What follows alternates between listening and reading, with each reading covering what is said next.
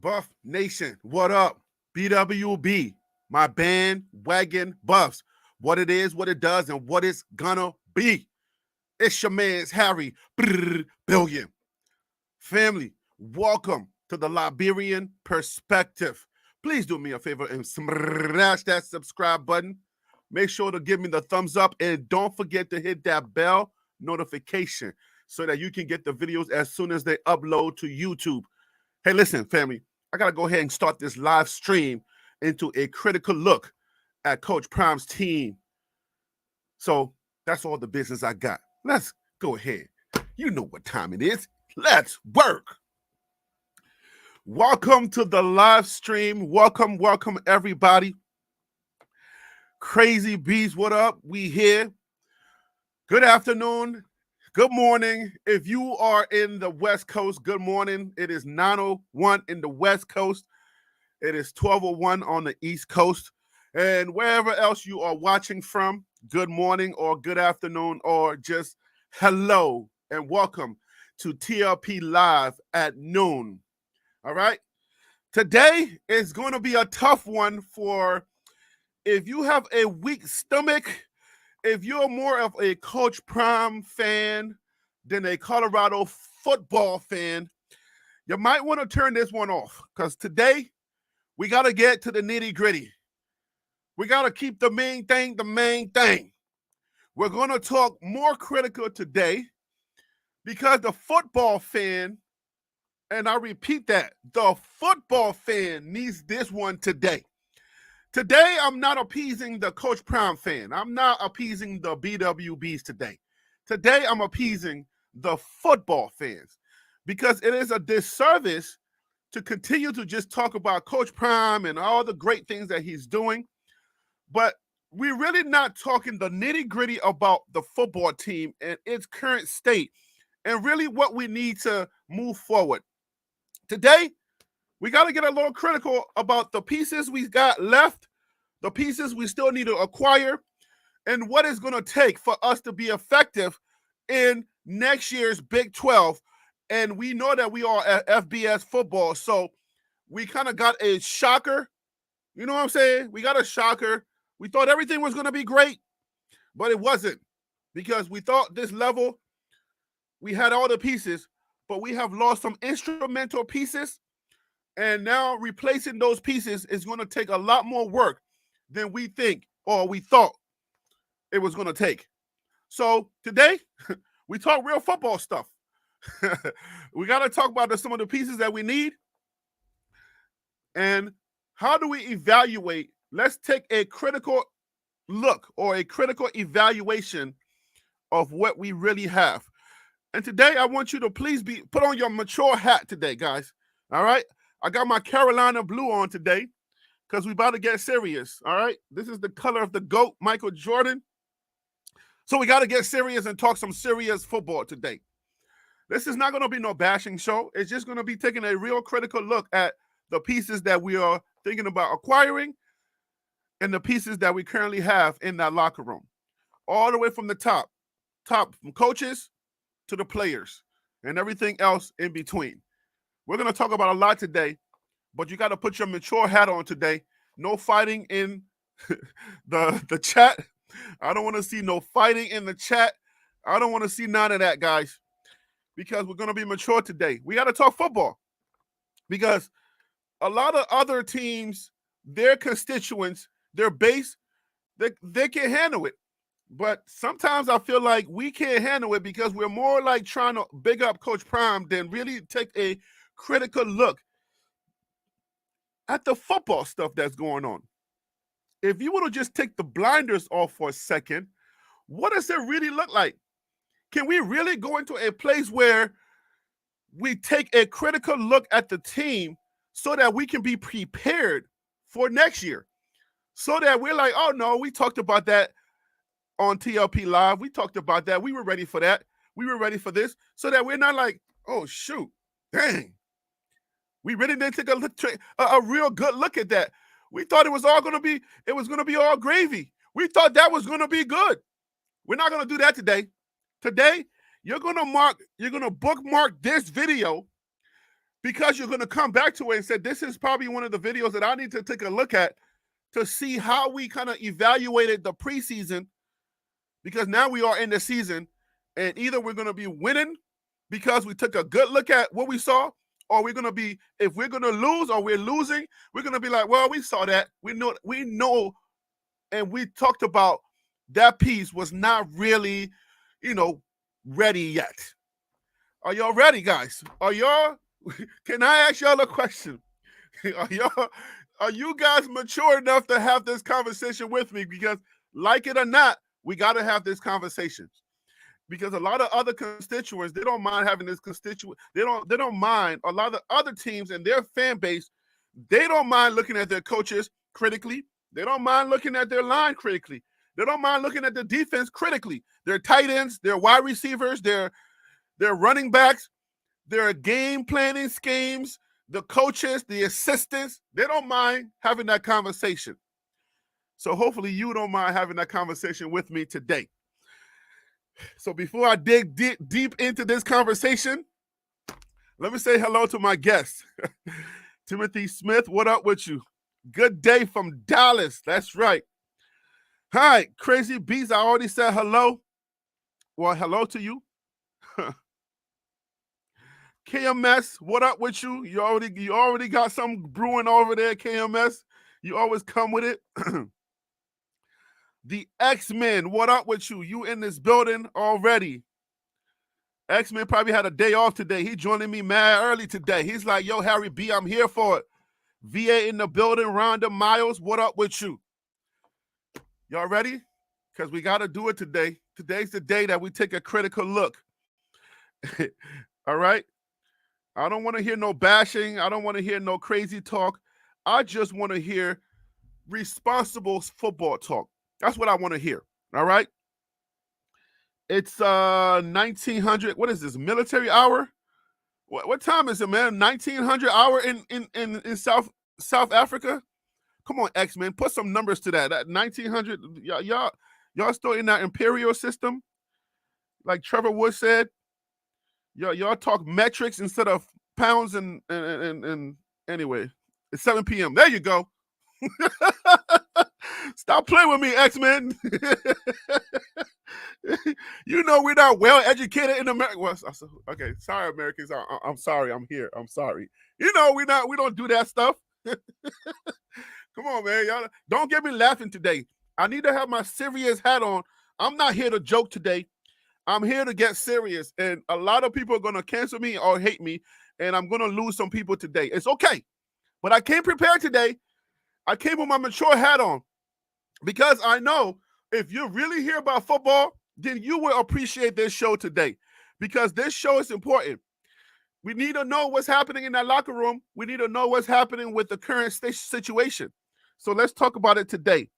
The first thing we're going to start with, let's start with 5 positions that I say we need to, or 5 things we need to address immediately. And for that, we got to go to the Colorado Buffaloes Wire.usatoday.com. And we're going to talk about it. Okay, but before we do that, any updates? Because we're going to get into it soon, real soon. I need to know if we have any updates. Did anything happen that I'm not privy to, guys? Did anything happen that I missed? I don't really have anything that transpired overnight. I don't have anything that transpired overnight. No big moving parts that transpired. So the only update, if you haven't been watching the show that we have, is still going to be who's in the transfer portal. And for that, why don't we just start off with a softer update? That way we can kind of we can kind of gradually move you into the harder conversations, because I think it's going to get tough for a lot of people. So if you have a queasy, if your stomach gets a little queasy, you might want to turn it off today. Maybe you watch it when you are at home so you're not upset at work. You're like, what in the world is he talking about? I'm canceling him. All right, guys, so let's go ahead and start with the soft stuff. Let's look at the transfer portal. X-Men said, LOL, only US uses pounds and yards. Yes, man. We're we gotta warm up to the harder stuff, because I saw a video online that says while the kids in foreign countries are doing crazy math, we're teaching our kids how to do the how to shake and how to dance and stuff like that. So the U.S. man, we kind of like nurture our kids more than we try to bring them up to speed for the rest of the world. But I think it's okay because we are the greatest country in the world because we're trying to make it great again. I don't know if we're already great, then we're trying to make it great again. Somebody lying. Like, if you're great, then why are you trying to make it great again? Anyway, shh. X-Men, this conversation was only between me and you. I muted everybody else. Nobody else heard this. Just me and you, X-Men. Oh, man. Don't make fun of America while you're in America. Lord have mercy. All right, guys, so let's go ahead and start with the transfer portal. We are starting with this because this is the biggest topic right now. Let's start with somebody other than I heard some Georgia players are looking to get into the transfer portal. I'm just going to start with Georgia just because I want to pick on them. Okay, so now it's looking a little easier. Now it's looking a little even. Now we got some players in here. Either some players that just know that, like, the season's over and they know what time it is.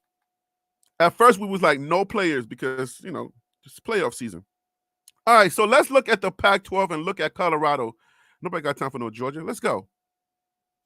So this is the update. These are the players that are currently in the transfer portal for Colorado.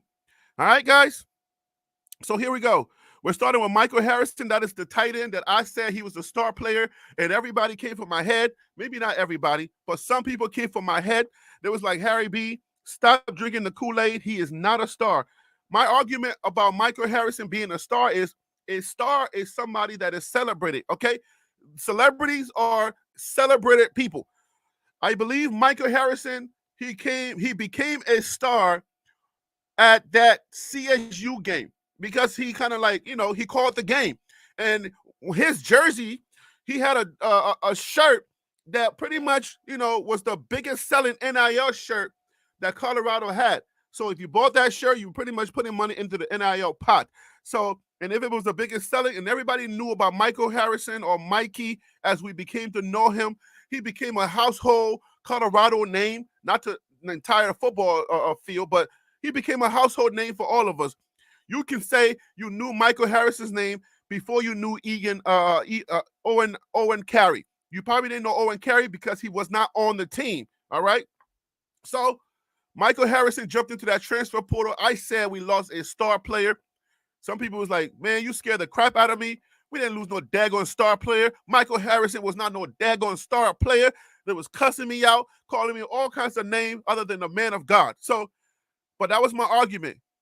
If he's celebrated and everybody can pretty much remember his name, that's a star. And he did well. He did very well. So he was a star player. Whether you want to agree or not, he was a star player. Another argument I made was Tiffany Haddish. She became a star after Girls Trip. All right, everybody, she was thrust into the forefront, and everybody got to know Tiffany Haddish. That's when she became a star. So Michael Harrison, my argument, if you believe me, please put it in there. That's how a star is made. When everybody starts to celebrate you, you become a star. It wasn't that I was saying he was an elite player. I'm just saying he became a star player. That was one of our star players. So because everybody knew his name. So that's Michael Harrison. He's in the transfer portal. Owen Carey. The Owen Carey story, if you did watch that video that I put up, Owen Carey, the reason why a lot of us didn't know him when we debuted him on, I think, like 2 shows ago, is because Owen Carey decided after that spring game that he was going to take his scholarship and he was going to sit on it. He was not going to do anything. He didn't play the team. He was not on the team. He was not practicing. He was on the bench. He just sat out the season and was waiting for the transfer portal to open so that he can officially transfer. All right? So that was the story of Owen Carey. And Owen Carey, his real name or his legal name is Joshua Carey. Okay? If you go to his Twitter page, his name is Joshua Carey. And if you watched that video yesterday, that's Joshua Carey. And he was the kid that went to, what's his name? What's the crazy guy's name?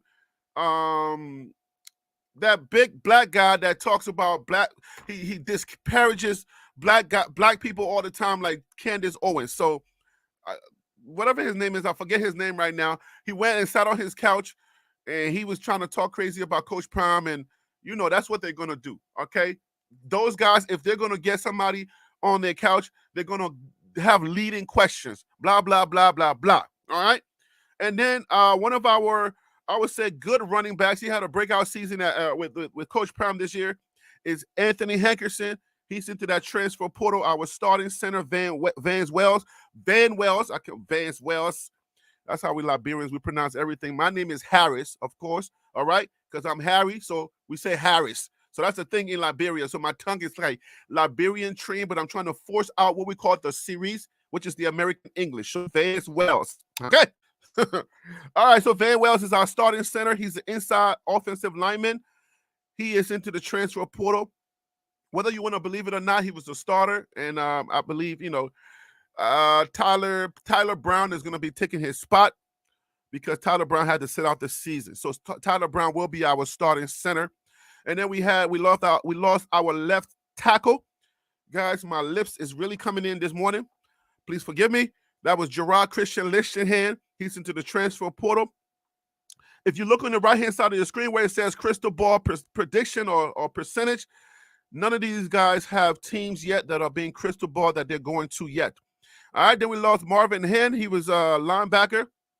Marvin Henn, I believe Marvin Henn was the linebacker that they had to switch out because he wasn't doing so well, and they had to move Mikey over to playing. Was it Mikey? Not Mikey. I'm sorry.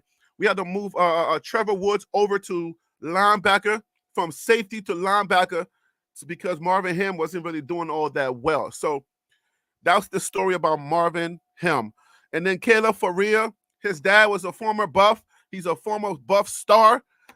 He played in the NFL also, but there was some, riff. His dad was trolling Coach Prime the entire season, and he was just going for Coach Prime's neck. And then Faria, obviously, he was going to jump into the transfer portal because he wasn't going to be getting no playtime anyways. I think he got like 17 snaps, and he didn't do nothing with those snaps. Or whatever didn't happen. I don't know. Shador did not give him the ball, or, he was a tight end. He got no catches. Okay, guys?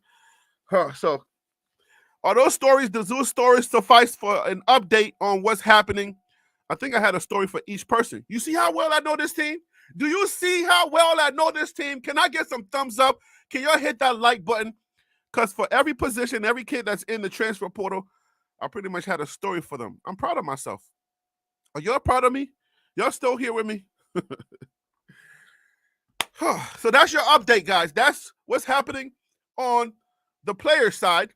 And then obviously on the coaching side, thank you, Rhonda. Thank you. I had a, Rhonda, thank you, Rhonda. Oh, Timothy Smith, thank you for the thumbs up. So that's on the player side. Let's go over to the coach's side. Let's bring you up to speed. Thank you, Ken B. I appreciate you. Let's get you up to speed on the coach's side. If you don't know, this is boring for a lot of you who already know. You are up to beat. You are the TLP Live at Noon. You've seen. This is our second week, and you're pretty much Panda Bear. Man, you are a resident like Sway. You know what I'm saying? Sway has his residence. Panda Bear's a resident. I'm sure he's going to call in if he feels like it today. But anyways, let's get you caught up onto the coaching side. So, coaching side. Remember, guys, today's the critical show. So we're going to get real critical today. So please buckle your seatbelts. Don't get a heartache. But we got to get critical because we're going to critically evaluate everything that I'm talking about, okay? We gotta take a critical look at every single thing I'm talking about today. Without any bias, you got to take your Coach Prime blinders off today, okay? I didn't wear the Coach Prime shades, but today I got to take the Coach Prime shade off. I'm a Coach Prime guy, okay? That's what this channel is all about.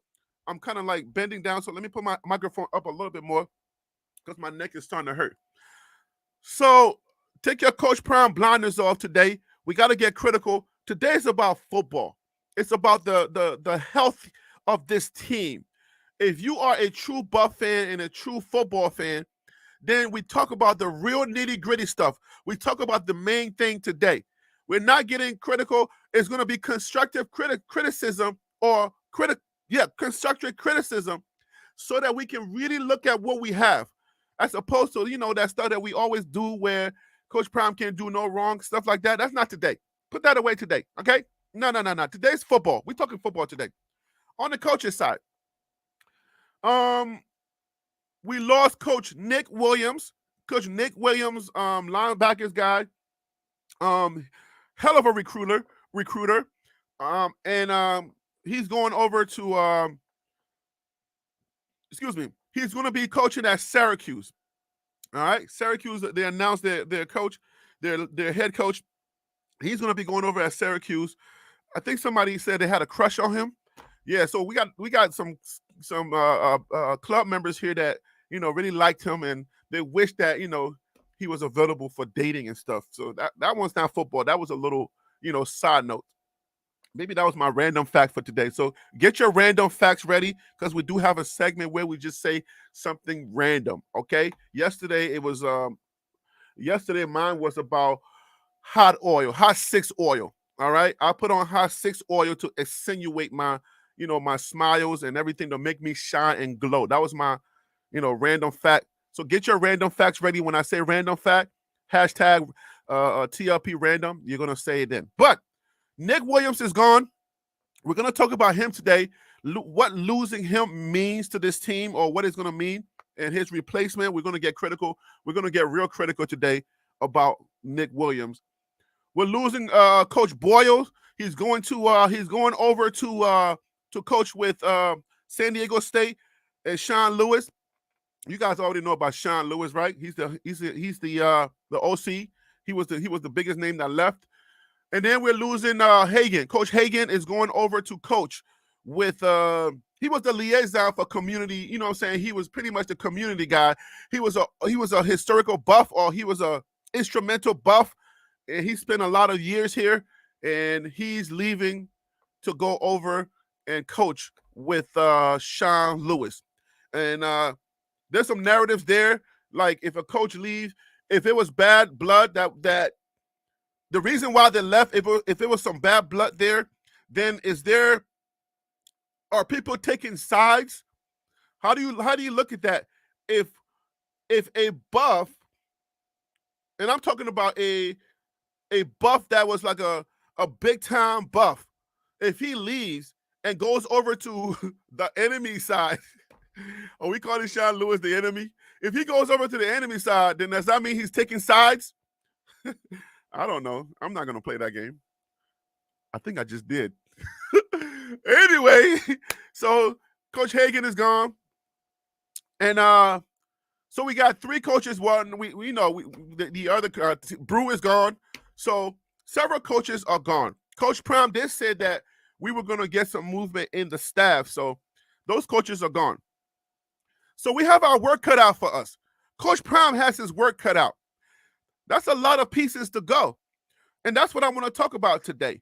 I want to talk about the pieces that are gone and what they mean and how their replacement is going to shape this team. And if you don't mind having that critical talk today, it's not a bashing show. I don't do bashing. I just do constructive criticism to help us to get ready for the season. Because we're not doing what we did last year. Everything was hype, and then we got smacked in our mouths. So this year, we're going to take a more critical look so that we be ready, so that anything that comes out of it, we're like, man, we knew that was coming because we talked about it at TLP Sports. We knew it was coming, so we're not surprised. Our expectations are not going to be above the charts, right? It's not going to be off the charts, right? It's just going to be even kill because we're ready. We have information. Even though I give you a lot of information, a lot of us were still surprised. And so this time around, we're going to be ready for that, okay? It's just like slavery. They came with guns, we had spears, and we weren't ready. Next time, woohoo! Now, scratch that off the record. We're going to edit that out. Where's my drink? Oh, man. And for those of you who don't know my personality, who are new around here, guess what, guys? I tell jokes sometimes, okay? Don't take my jokes too personally. It's exactly what that is, a joke. Oh, guys, and listen, I'm expecting a package to be delivered to me So if I hear the doorbell ringing, I'm going to turn the camera and the audio off. And you guys can keep talking in the comments, and just I'll go off screen and come back. All right. I don't want to stop the show and start it over. I'm just going to have to stop, just turn the camera off and the audio off. Y'all keep talking in the comments, and then I'll just come back and put it back on. Okay, guys? That's the only way I can handle that. So if I go off screen, don't worry. I'll be back. I got to go outside and get the package and then come back. It's a big package, so it might take me a few minutes, but I'll try to hurry up. Comprende? You guys cool with that? If you're cool with that, give me a thumbs up or some fire emoji so I know that you're cool with that. You're going to keep talking and then just wait for me to come back. You can talk amongst yourself in the chat, all right? So let's go, guys. Where do we start? We're going to start with pieces that we need, okay? There are some pieces that we need, okay?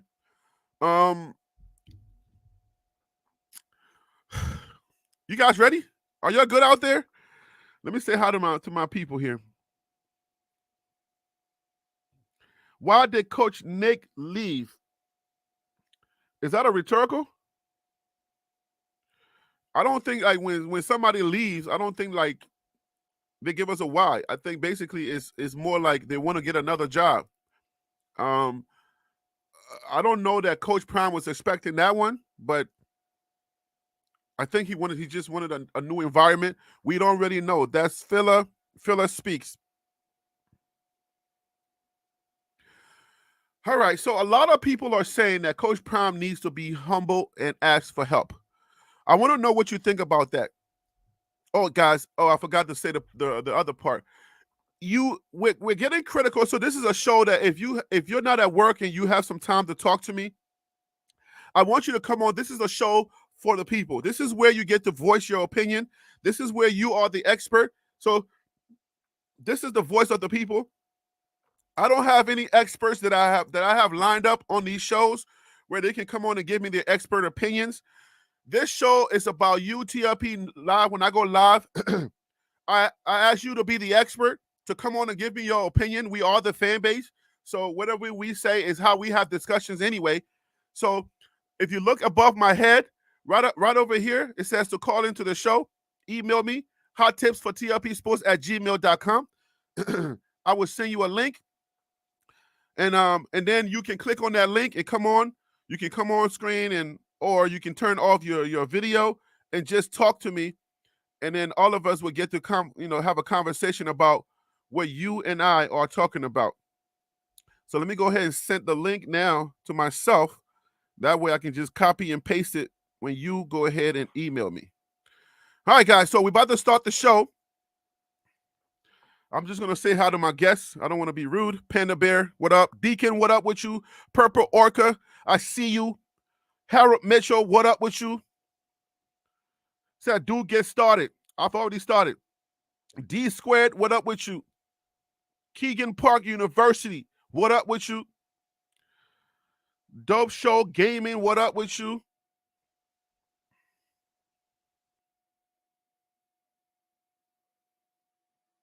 Who did your graphics? Lower thirds, cool.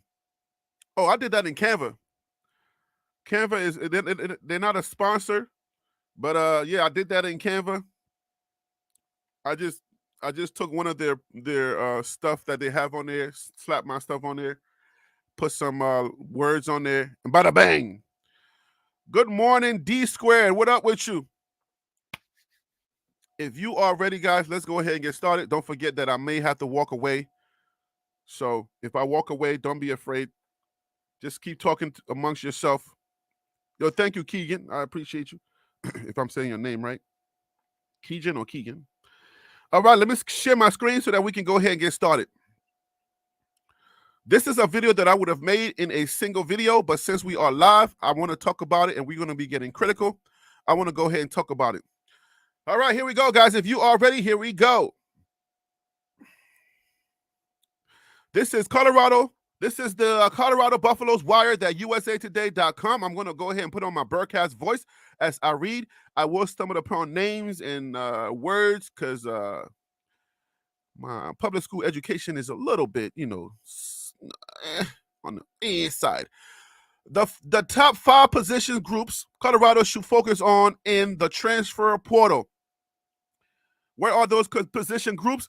This is by my guy, Tony Casolo. All right. Tony Casolo makes predictions during the preseason, and I like his work. So I usually read his work.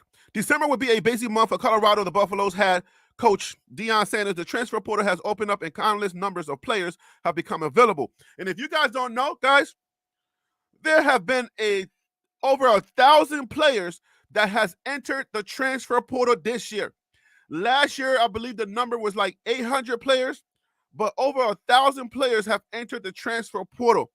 Because I think as we get this whole NIL situation going, a lot of players are getting hip. Their family members, their parents, their coaches are getting hip to the money trail, and they're getting more educated on the money trail. So they're taking advantage of their time in college.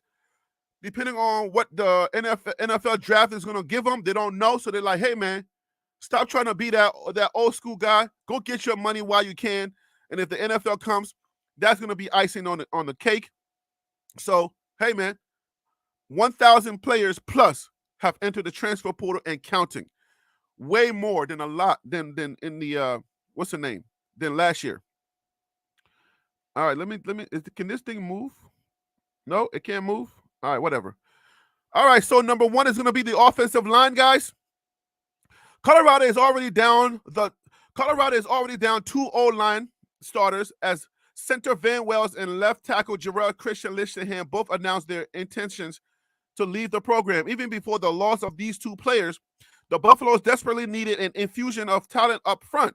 Opponents sacked quarterback 54 times. The line never got enough push in the run game. The Buffs need to add some big men up front for both jumpstart the running attack, and protect Shador. If you agree, give me some fire emojis. Give me some thumbs up on that. All right.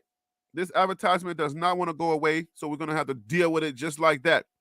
Number 2 is going to be the defensive line. All right. The Buffs have some intriguing young talent in Amari McNeil and Bishop Thomas, but they're also losing depth on the D-line with players either graduating or declaring for the NFL draft. While Colorado's pass rush improved from 2022, the run defense was well below par. Grabbing some talent in the trenches should be the top priority on defense. Excuse me. Number 3 is going to be linebacker. As you can see, I forget his name. My gosh, my brain fart, boy. Whew, Lord. That's Bentley. That's Levante Bentley. Good God, man. When you're live, it's a little different.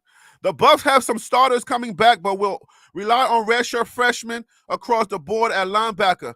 A veteran or 2 from the portal will be important to help teach the younger players and spell the starters when needed. Number 4 is going to be tight end. Colorado will look for another starting tight end as Michael Harrison and Kayla Ferrer are both in the portal. Spring football standout Louis Passarello will hopefully be healthy. But CU needs more depth and production from this position to open up the offense. Defensive back. With college offenses throwing the ball around the field, you can never have too many quality defensive backs ready to play. CU has young players who got playing time this season, but the Buffs would need some veteran depth prepared to play in case of injury or lack of production. All right, guys. Those are 5 positions that we need to answer and take care of in the portal. So the reason why I do stuff like that is because I know some of you are like, come on, we already know that. But the reason why I do stuff like that, because you got to remember that everybody here does not really understand the specific positions that we need. We just know that, hey, everybody said the line sucks. All right. I have constituents who hit me up personally, say, Harry B, thank you so much. I knew nothing about football, and you really helped me by doing that. So I always have to look out for the people who don't really know. We are as strong as our weakest links. So that's why I do stuff like that. So hopefully the more seasoned people that are around here are not annoyed when I do stuff like that, because that kind of stuff gives more insight to the people who don't really understand what are the specific positions or points that we need to address in the portal. All right. So thank you so much for bearing with me as I did that. Feel so real. How you doing? All right. So, okay, let me take a question real quick. If CU isn't going to be an ATM, they will need to find guys that want to play and get to the league. Ozone of the top guys want to miss of money and playing time. Dion will have to be a salesman. All right, so let me clear that up real quick. The whole ATM situation was not that Coach Prime does not want to spend any money. Let's go ahead and just misspell that myth quickly so that we can get it out of the way. That was just something Coach Prime was saying. He was just trying to motivate people to come here to play for him and to make sure that they're playing for the right reason. So that's out the way, okay? Let's not keep that on record. We talked about it already. We've already exhausted that whole ATM talk. Coach Prime is aware of the fact that we need money. He's already energizing the base to do that. He's energizing people to put money into that collective. And he's also talking with people, boosters. Rick George's job is to talk about boosters. There are people who have jobs. Their primary job is to contact boosters, is to contact people who have money. Trust me, this is not a situation where these people don't know about what's going on. All right, let me just let you guys know. Let me just get that out the bag and get it out the way so that you can feel better. Okay, there are people whose job is to attract money. People is to get money. All right, that's not Coach Prime's job. Coach Prime's job is to just go to the meetings, go to the country club, shake hands, hug babies, do what are they called? Third world kisses. Mwah, mwah, mwah. You know what I'm saying? Those weird ones, the ones that make you cringe because you're not used to it. But everybody else in the third world or on the outside world, outside of America, they know about the mwah, mwah, the 3 kisses, okay? That's Coach Prime's job. He's not responsible for money stuff. He's responsible for the team, to make sure that he's making sure that his team, the coaches and the players and everybody else is, doing their job and making sure that we're moving the needle down the road so that we can get the players that we need, and to make sure that he's talking to parents and stuff like that. He has a recruiting team that does all of that. I know a lot of us, we take everything that Coach Prime says, we take it for face value. We're looking at it thinking like, oh my gosh, we don't have no money. That is not the case, guys. All right? Think about those things loosely. Colorado has money, okay? And we are attracting more money. When Coach Prime becomes the sports person of the year from SI, that's incentives. All of these things are selling points. They're going to use all of that when they go make a presentation. When Rick George and his team go talk to boosters, because that's his job. When he goes and talk to the boosters and the people with money and talk about the collective, he sells Coach Prime, him being the sports person. He talks about the fact that we won 4 games, and that's more than we won last year. He sells the major selling points that are out there for him to sell, and he does a great job for that. That is not Coach Prime's job. Coach Prime's job is to just keep being Coach Prime. Rick George is like high-fiving Deion Sanders, high-fiving Coach Prime. Coach, keep doing it. Keep doing it. People calling me. They're bringing money. We're getting attraction. Coach Prime, just keep doing you. We go with that? Everybody settle on that? Can I get some thumbs up, some fire emojis? Maybe hit the like button for that in case you did not know. Because I know like some people really don't know what's really going on behind the scenes. I think they're thinking that Coach Prime is the one making all these phone calls and his job is to be talking to recruits all day. No, that's not Coach Prime's job. All right, thank you. D squared, thank you. Okay, I want y'all to know, and please relax. This is a well-oiled machine. This is a machine. You don't become Power 5 by just a regular. Okay, you're not just Power 5 to just be Power 5. Power 5, for those of you who don't know, it just means the top 5 teams with money.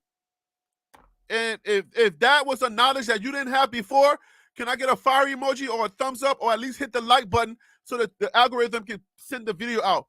But Power 5, I did a whole video on Power 5. It's on my channel. That's all it means. It just means you got more money than Jackson State, than Howard University, than everybody else. You got more money. Okay? You can't be Power 5 if you ain't got money. So we're Power 5. We got money. Or at least we know how to get money. That's all that means. It don't mean nothing else. It means you got money. Okay? So that means that we have mechanisms and offices, and we got one of the most beautiful facilities. Thank you, Timothy Smith. We got one of the most beautiful facilities in all of the college football.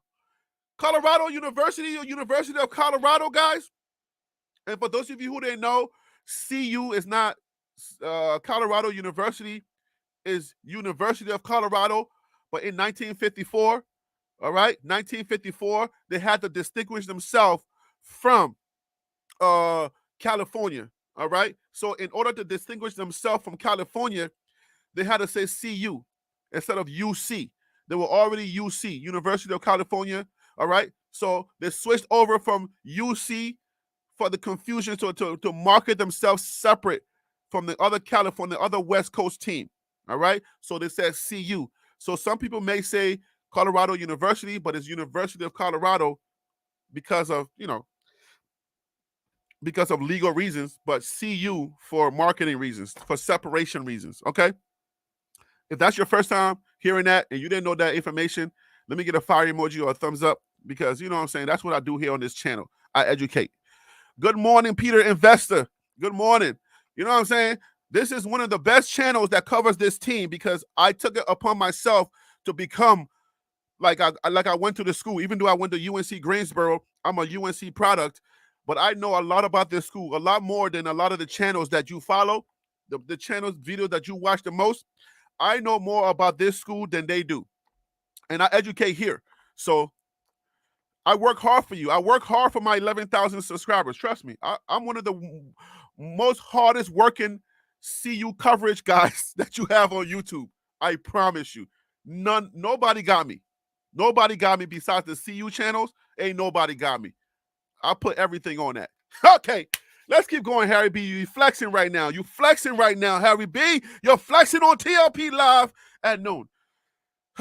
Peter Investor, you here, man. You've been here for a minute, right? You can back me up on that, right? I'm joking. I don't want to put you on the spot. Let's get critical, guys. Let's dig in. Okay, CP and his people watch Harry B. Yes, they do. Come on. Put some respect on Peter Investor's name. Coach Brown, they're sitting around watching me all day, every day. When I come on, they hit that bell notification. Every time I come on, CP and his people, they're like, yo, Bucky, go watch Harry B. He's on. He's going to drop some knowledge, whether it's spiritual or it's football, he got that. Or it's CU history, he going to get it. Let's go. Erica Ransom, and if you're new around here, you don't know that was a joke, Lord, bless your heart. Bless your heart. Bless your heart. You're going to go back and go comment on your favorite YouTube channel saying, that boy over there lying. He's saying Deion Sanders watches him. Guys, excuse me real quick. I got the heat pumping, and I got sinuses, so every now and then I got to, pause the audio. Give me a second, guys.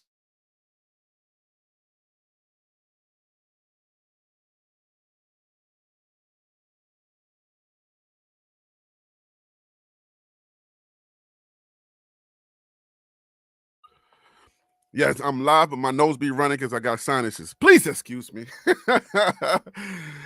I know last time we talked about me being on TV. I wanted to clear that up before I move forward. I don't want to be on TV. That means I got to be on somebody's schedule.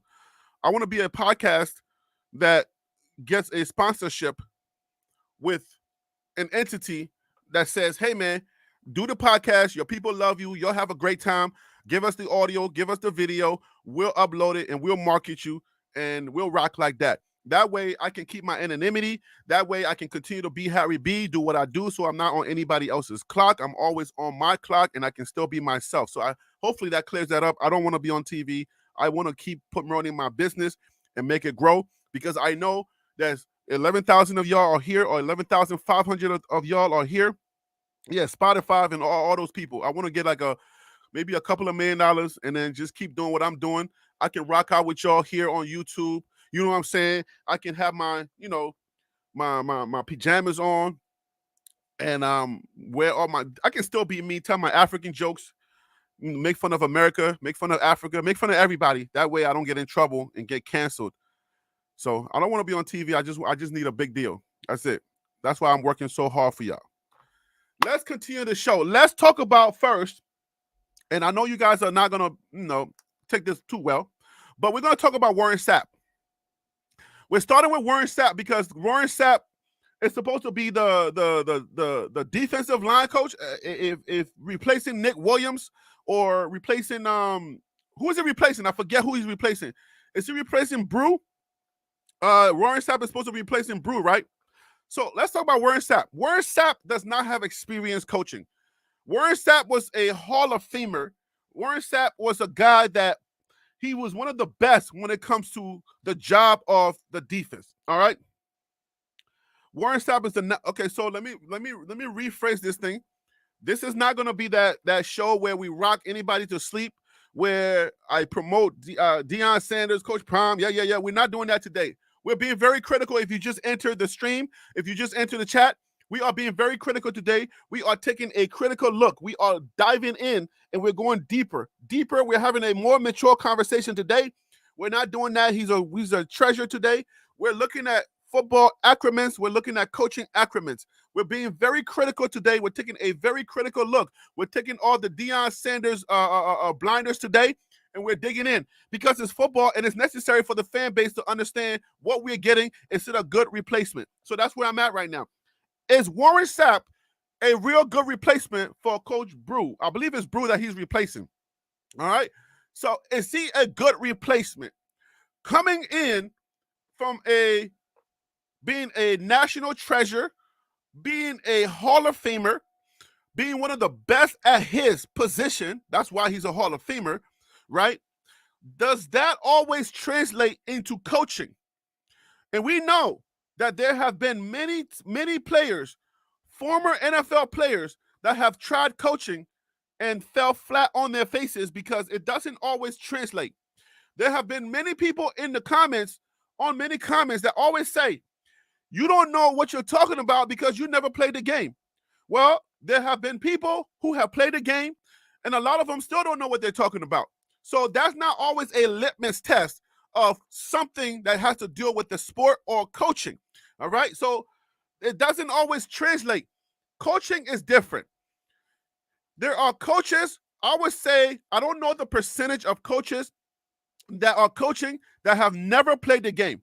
But coaching has to do more with analytics and leadership. All right?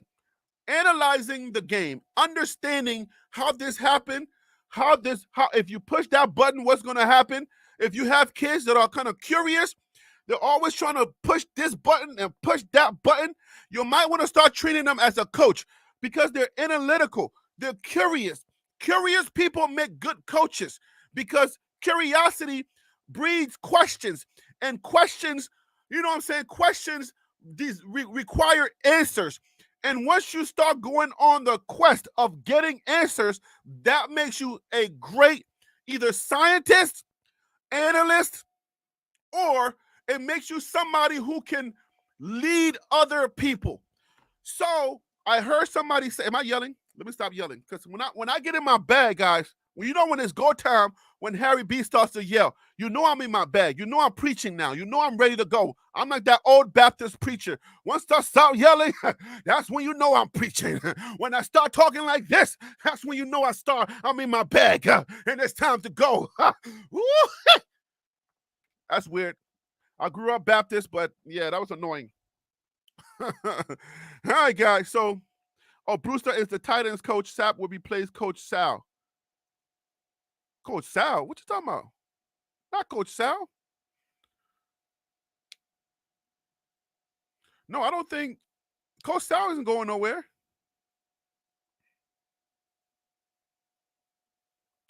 Yeah, I don't. Coach Sal did not leave. So, Peter Investor, the defensive, the tight ends coach is Sal. I don't think he's coming in to take over for Coach Sal. Coach Sal's not leaving, and he didn't leave unless y'all said. I don't know. I don't know what I mean.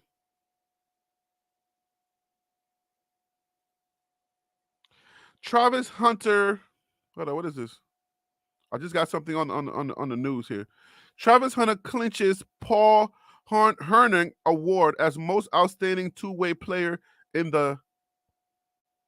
Okay, that's some news I can share with you guys real quick. Give me 1 second, guys.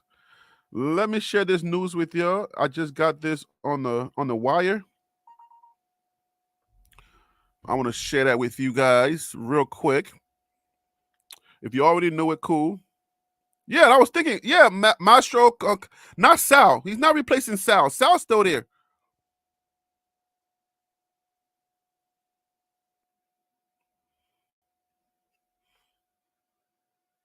All right, guys. Give me 1 second.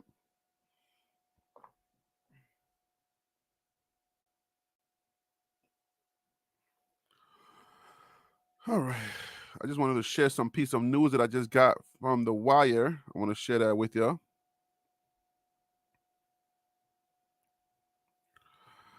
All right, versatility reigns. Travis Hunter clinches Paul Herning Award. If I pronounce Herning Award or, by mistake, please give me 1 second.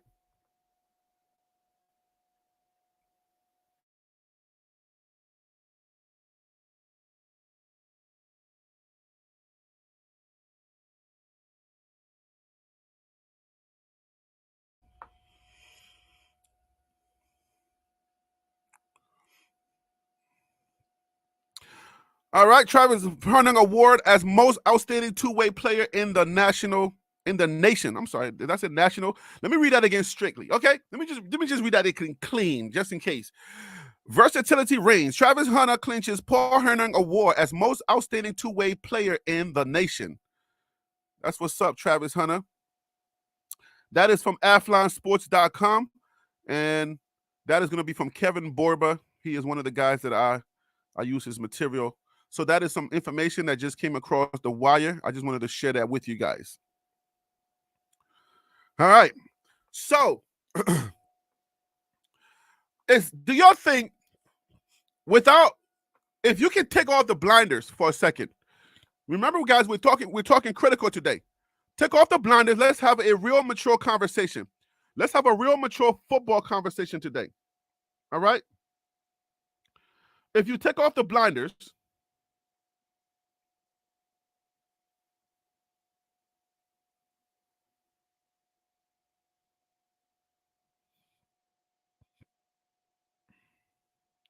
all right, guys, give me a second. I have a few people that want to call in. Let me give them this information real quick.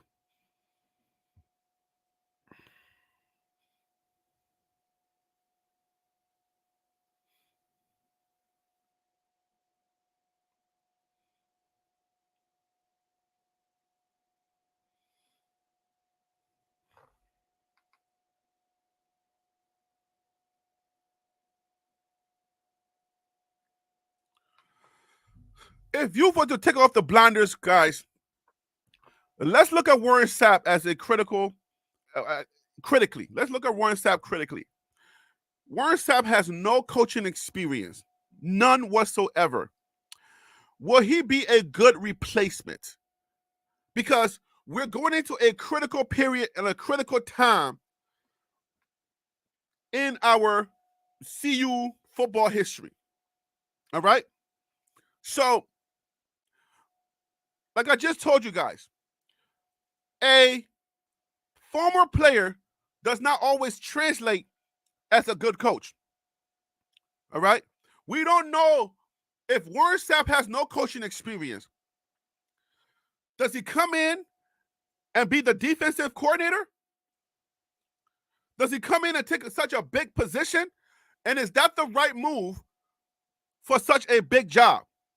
Especially when we're now going into a critical time where everything was criticized, where we said the defensive line needed help and where we said the offensive line needed help. So now we're going into season number 2 where everything is going to be combed through with a fine needle. If you're saying that, okay, I'm at my worst, get me now, then tell me. In year 2, are they coming to get you now? Will they get you now? That's very important for us to remember, because year 2 is going to get more. It's going to get worse. The criticism will get worse, because I can preempt or even tell you some things that are going to be said. So where is this team going? If we start to criticize things, let's just say mid-season, and saying, oh my gosh, the offense still sucks. Oh my gosh, Shador is still getting hit. Oh my gosh, the defense got worse. Warren Sapp has no experience, and we just let him through the door, and nobody took a critical look at him. He's coming in. Yes, he's a Hall of Famer, but he has no experience, or had no experience, no previous experience. We let him through the door, and now the defense got worse. Are we going to be looking to replace Warren Sapp at that time? Are we then going to demote Warren Sapp mid-season? And then we're going to be starting all over again? Or do we take a look at him now and answer those questions before we go into the season? How are we looking at Warren Sapp right now? Take the blinders off today, guys. Today we talk critical. We got to talk the nitty-gritty, the main thing. We got to keep the main thing, the main thing. And the main thing is football. Forget what you've been told. That's what somebody told me in Brooklyn one time. They said, Harry B., forget what you've been told, son. I'm about that life. So forget what you've been told. Forget all of the hype. Forget everything today. We're talking football. Is Warren Sapp, if he becomes that guy, is he a good enough replacement for who's leaving? We don't know where he's going to play, what position he's coming in for. So, we're talking the nitty-gritty today. The main thing is football. If you're not here for football, you're just here for Coach Prime, this is not the live for you today. We're ticking off the Coach Prime blinders today, and we're having a more mature conversation today. So if you're here for the Coach Prime, pump me up, let's go. Not today. I got you. Maybe tomorrow. And depending on how this show go, I might even piggyback on this show tomorrow, because then we're going into Friday, where we kind of like, Friday's the nuts. Friday shows are nuts. That's when everybody can call in and we be going in at it. Harry B trying to put a straight face. Listen, guys, we got to talk about it today. Panda, we got to talk about it, because I think sometimes we go too far into the praises, but then we forget to take a critical look. We get to sit back in our chair. We get to sit back in our chair and really evaluate what we got. So we're starting with Warren Sapp in his position. We know that he's a Hall of Famer, but we got to now take away the celebrity statuses. We got to talk football. We don't talk enough football around here. There's so much drama that we forget to talk real football stuff. So are we acquiring, if we bring him into a major position, like maybe the OC, maybe the DC, sorry guys, the defensive coordinator? I'm in the position to say, I'm not in a position to say, but my mind frame on that is like, no. There's no way you make Warren Sapp, with no experience, the defensive coordinator. No way. Not a chance. I said bring him in softly. Let him land. Put him on some pillows. Let him get close. Give him a year or two. And then you move him up gradually. That's what I would say. That's my prescription. Bring him in softly on some pillows. Let him get around the other coaches. Let him feel what it feels like to take some of the criticism that comes with coaching. Not that he hasn't been around it because he was a player, so he had to go through all the progressions, right? I get it. But it's a whole other thing when you're a player, and then you have to then sit in front of those microphones, guys.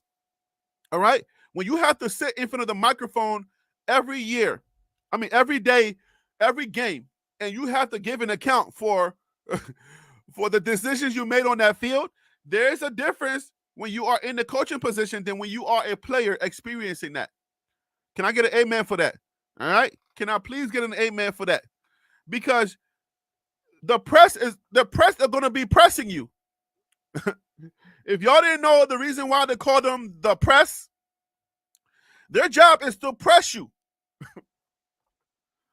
If they do their job right and they're not afraid of you, then we get some critical answers in the fan base.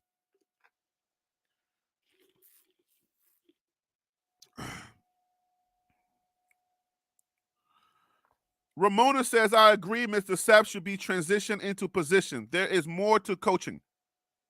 Thank you so much. If we like Warren Sapp, let's bring him in.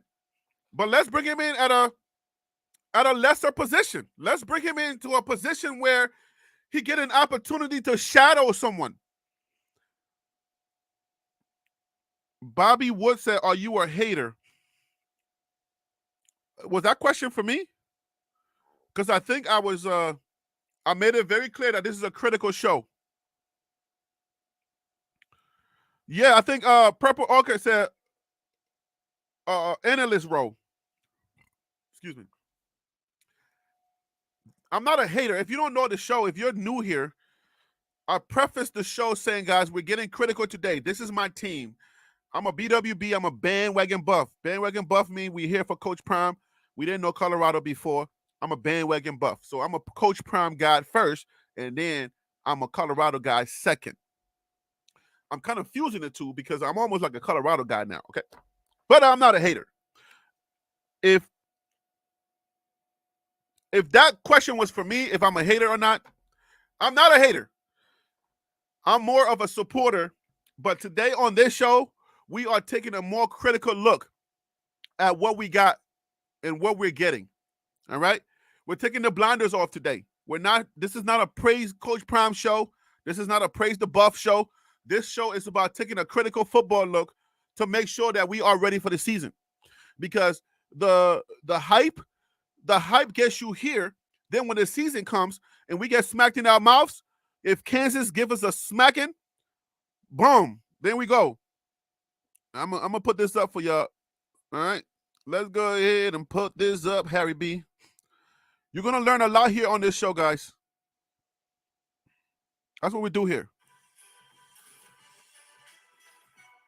What is that?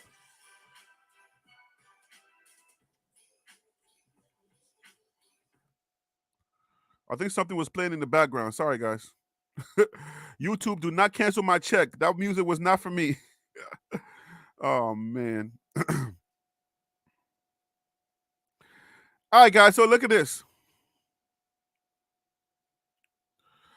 These are the teams. If you are looking at the screen, if you have the option to look at the screen, I know a lot of y'all are probably just listening to the audio because you're working. But if you have the opportunity to look at the screen, this is our schedule, tentative schedule. All right? This is it. North Dakota.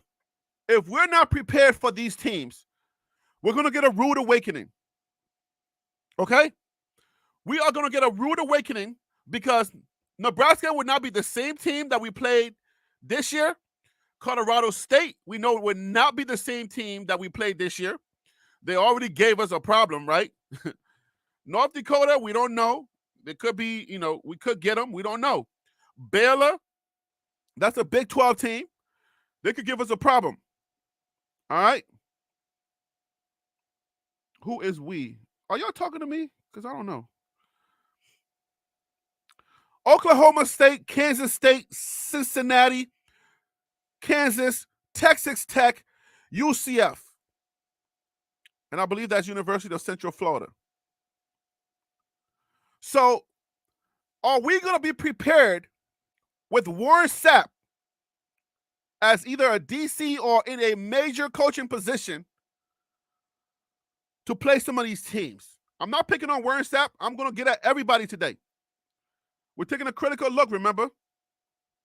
We're getting at everybody today. We're asking critical questions so that we can have critical answers going into the season so that we are not surprised when we go into the season next year. We're going to say we took a critical look. We talked about it critically, and we know where we was getting.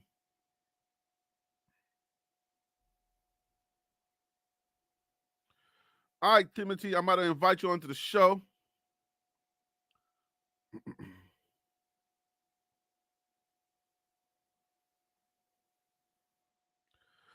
All right, I've sent out 2 invitations.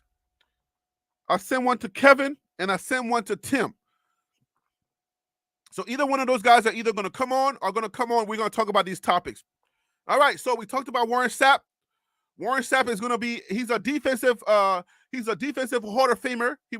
As a player, he's a Hall of Famer. But we are very bullish on Warren Sapp. And Coach Prime has already confirmed that Warren Sapp is going to be joining the team at a certain time. We talked about the fact that he has to get some college courses or college credits for him to get a degree. He needs at least a bachelor's degree to coach on this level. So we are waiting for him to either finish his school, get his bachelor's degree. When he graduates, Coach Prime or Rick George, they're going to make that announcement. He's going to have his press conference. He's going to tell us his vision for whatever position they're hiring him for. And then we're going to, it's going to be official. So when it's official, when that becomes official, we're going to have questions because the criticisms are going to start. We're going to go into the season with everyone that's going to be on in that position.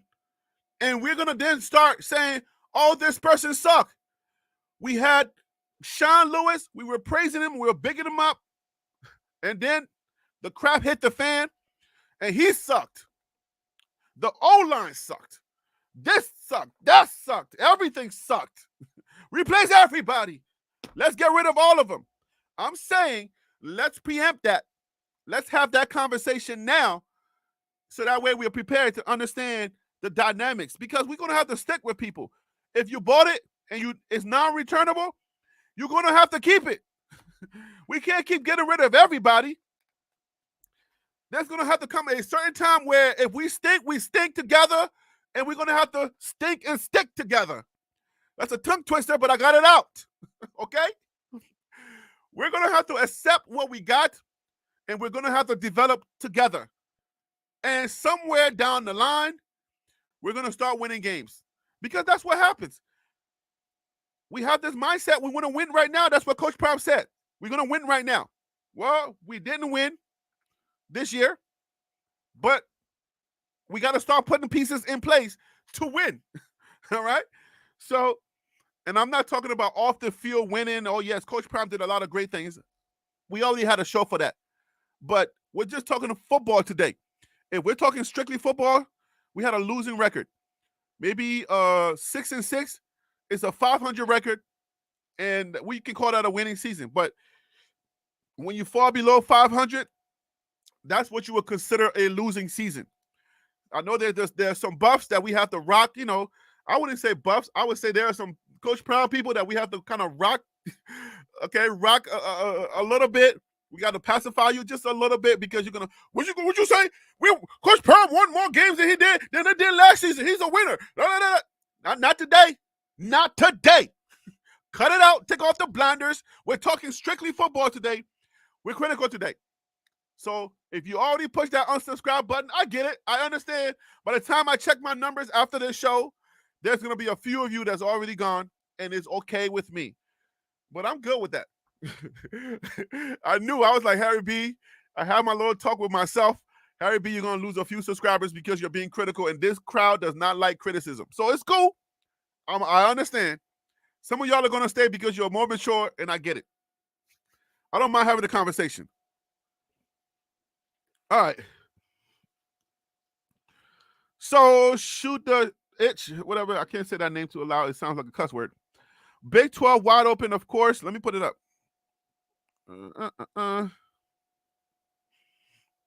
Yep, Big 12 wide open. Of course, the haters gonna say they can't win, but they gonna do that no matter the conference. That's right. I mean, that is always going to be the thing. Carolina boy says, and they're going to get smacked around in the Big 12.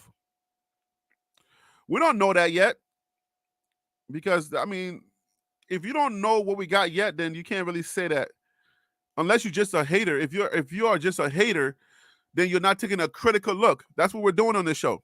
So Carolina boy, if you're not going to take a critical look with us, if you want to come on and then say, like, qualify what you're saying, then I get it. But if you're just going to be in here agitating people, then I'm going to block you, man. That doesn't make sense. Let's take a critical look. Have a critical conversation. Tell me why they're going to get smacked around. If it's just because you hate Deion Sanders, then I get it. Then that doesn't make sense. You know what I'm saying? So I can't show you something different because nobody's played yet. The season is over. How can I show you something different?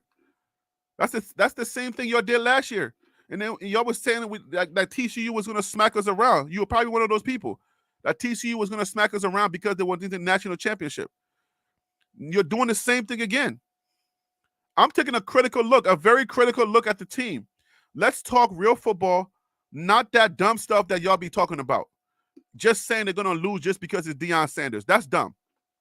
I'm taking a real critical look, and I'm being critical for that specific reason. I'm talking bad for us. Okay? So I'm going to leave Coach Sapp, or when he finally becomes a coach, I'm going to leave Coach Sapp, and let's turn our attention to where do we go from here? What do I want to turn my attention to? We lost 3 critical positions. Who's going to replace Nick Williams? That's a critical position. Nick, do you agree that Nick Williams was a major loss? Let me put that question out there. Then maybe we can approach it that way. Do you agree that Nick Williams was a critical loss? Was that something where I wish we could have kept him, but I know we're going to replace him. But do you agree that it was a great, like, not great loss, but it was a loss? Okay, so we got to replace him. Coaches are critical. They will lose. We just East Coast Cav. We just talked about Warren Sapp. If you're just joining the chat, we just talked about Warren Sapp. We're trying to take a critical look at Warren Sapp and if he's all right, Panda, you want to call in too?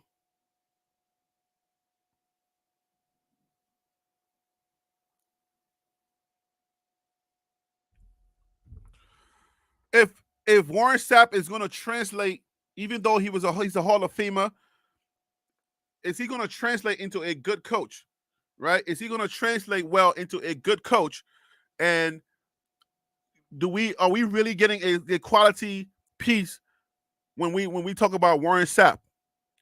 Now, my thing was, I say bring him in, rock him in, bring him in softly, let him land soft, bring him in, and then let him kind of shadow and kind of get a feel of coaching, and then we can promote him.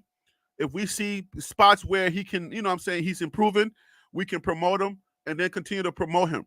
Because my perspective on this team is that with our eager and our thirst to win now, it's going to cost us some development time. I want to and I'm glad that this just popped up in my mind. I'm going to repeat that so I can go a little bit further into it. I think our eagerness and our thirst to win is going to cost us critical time, critical development time.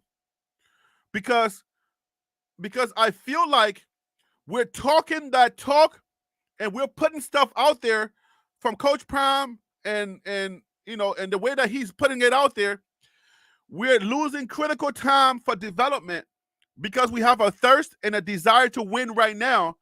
And I think that we're trying to bring NFL ready players in to really put us in the win column.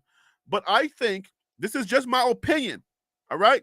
I'm not saying Coach Prime is wrong or right or anything like that. I'm just giving an opinion and a perspective because we are in a college football arena We're not in the professional arena. We need to develop relationships here. We got to develop relationships here. All right? Some of the good players that we're losing, some of the good coaches that we're losing, we got to develop some of those relationships and keep them in place and grow with them over time so that we can start winning football games or championships somewhere down the line. If we have a thirst and a hunger to win right now, then it's going to require pieces that we probably don't have time to develop. That's a good statement. Because we need to develop family. We gotta put a culture here that's a family culture where people have respect for our program, where people are coming in here because we respect each other, where it's like a it's a family environment where people feel like they belong here, where they feel like they're appreciated here, where they feel like this is an environment where I can develop and I can grow. It's college after all. And I hope that you guys are hearing me. This is college after all. We have to develop here and grow. Because if you do it the right way, you can enjoy a long stretch of winning season. I'm telling you, seasons. Let me put an S on that. If you do it the right way, if you grow relationships, if you develop the right way, then you can really enjoy winning. Because this is college, it's not professional. When a professional coach comes into a professional environment, he wants to win right now. He can go out and get players, spend all the money he wants to spend, get the players, and hopefully he will win. You get a LeBron James, you get a Kobe Bryant with his soul resting power. You get all the best players to hopefully to win games. I don't know that that's a good strategy for college. I'm telling you, because we're not in Alabama. We are not a Georgia. We're not Texas A&M with unlimited resources. Our resources are limited. So I think we need to come up with a scheme for developing relationships in a culture where people feel like this is a family. Because when you come here and you leave, you're having conversations. The chatters are going along. People know each other. They're going to talk. It may not get to the media, but it's going to get to somebody who's important to stay here or come here. People are going to text each other. Yo, that's not a good place to be. That's not a good place to play. Don't go over there. If you don't think that's happening, you're naive. And I want to caution you today, we're getting critical. If you read the title of the show, this is a critical look into the team, what it takes to build a championship team. You're either going to have a good team where people don't care who you are, how you treat them, because they know that they're getting a good product and they're going to be going to the NFL. We are an NFL pipeline, and they don't care how you treat them.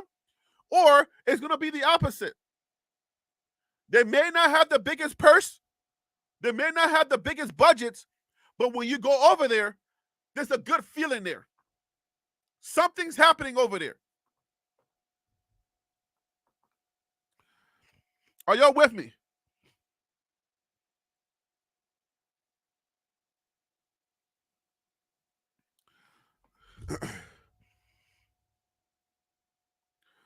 East Coast Calf says, I still have mixed feelings about Warren Sapp. He be on Jason's show. Can't have you on my team and you out here sleeping with the enemy. Who's Jason?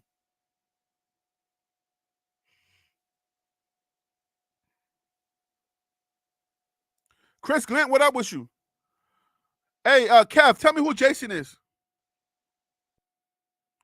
Chris, what you say? Now some of them have a 1-year foundation together, and the other players will start at spring camp together and have more chemistry. Yeah, I mean, I can't scream it enough. Jason Whitlock. Oh, he be on Jason Whitlock show? Oh no. Oh no. What you doing on Whitlock show? Oh no.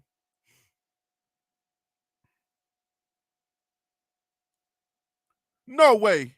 No way he's on Jason Whitlock show.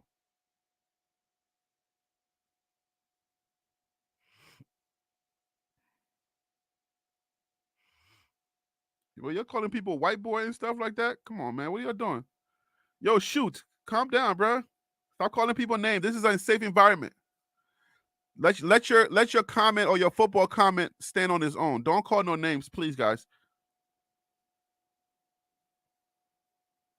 Okay, he defends Sanders. Oh, I'm for that. I'm for that. If that's the case, Purple Orchid says he defends Sanders. Okay, I'm for that. Because there are some people like some some people who will go to Fox News and they will they'll stand on business. They'll be like, no, I don't believe that. Da, da, da, da. If you are strong enough to go in the enemy's camp and speak some truth into that, I'm all for that because it's conversation. I'm all for conversations because I don't think racism is going to end if we don't ever talk about this stuff. So I'm for that. If that's what he's doing, then Purple Orca. If that's the case, then yeah, I'm all for that. I'm way for that. I'm for that. Purple Orca, you're white, so he was talking about you. Purple Orca, if you please don't fight nobody, please don't fight nobody. Please, hey Panda, I'll be right with you. We got to put out some fights. White boys and black boys are fighting. Y'all, please stop playing with me, man. I don't want my white guys to be fighting my black guys. If both of y'all are white, then cool. Y'all can call each other white boy all day. Like gay dudes be calling each other the F words. Go at it. White on white crime is cool with me. No, I'm joking. Dion's felt so real. Thank you for the super chat. Dion's recruiting style is passive. Saban said, I ain't hard to find, but he's on the road. Dion has to get on the road and recruit. Well, how do y'all feel about that? Dion has to get on the road and recruit. All right, let me bring on Panda so we can talk about that. Panda, that's the first thing I want you to talk about. I want you to answer Phil Sorrell's question. Let's talk about that right quick, Panda. What up, Panda? How you doing today, man? Welcome to the show. Just chilling, man. What's up? All is well. All is well. Panda, give me a super chat. So why don't we talk about that? Why not that be the first thing we talk about? Is Coach Prime on the road? Should he hit the road? What do you think? I think Prime need to be Prime. He got Travis how he got him. He got the stars how he got them before. Why all of a sudden we want him to adjust to our frame of thinking? His method worked before. We need to relax a bit, man. No, I think to close in some of the bigger guys, you might have to do a home visit. But to say that's the only way you are comparing somebody who is a legacy coach with a legacy type of mindset and some of these young kids on some different stuff. Let Prime do what he does best. We all are here talking about him. So at least let's trust the fact that he know what he's doing. You know what I mean? So when it comes to that, I just think the way we compare it is kind of wild. Like he Well, I got don't think the it's a players he comparison. got. I think it's more of that's what Prime did. Prime goes to families and he sits in living rooms and he has conversations. So should he be doing more of that? But do we know that he's not doing that? But that's what I'm saying though. So we know that Coach Prime does that. He always referenced talking to the mothers and talking to the parents. So why all of a sudden we looking at it like he's not doing what he normally does? I am all for being critical. I am all for inserting things and concern. But let's be realistic with facts. We saw a picture with the fish, and we don't even know what the man doing. We forgot he has access to a private jet. Are we playing dumb now? And one thing I Um, want to correct you with: you want to correct me? Yes. Sap Oh, please did correct me. do Yeah, Sap did training programs. He even was with the Commanders last year. I don't know if you forgot. They had a mini camp where he was a big impact on. So to act like he never been in situations of in a coaching capacity, that's incorrect. Secondly, what was great about Nick is his recruiting acumen. He was a But you can't just phenomenal. wait. Time out. Remember, this is a show. You can't just correct me and then say, "Don't give me a chance to at least give a rebuttal."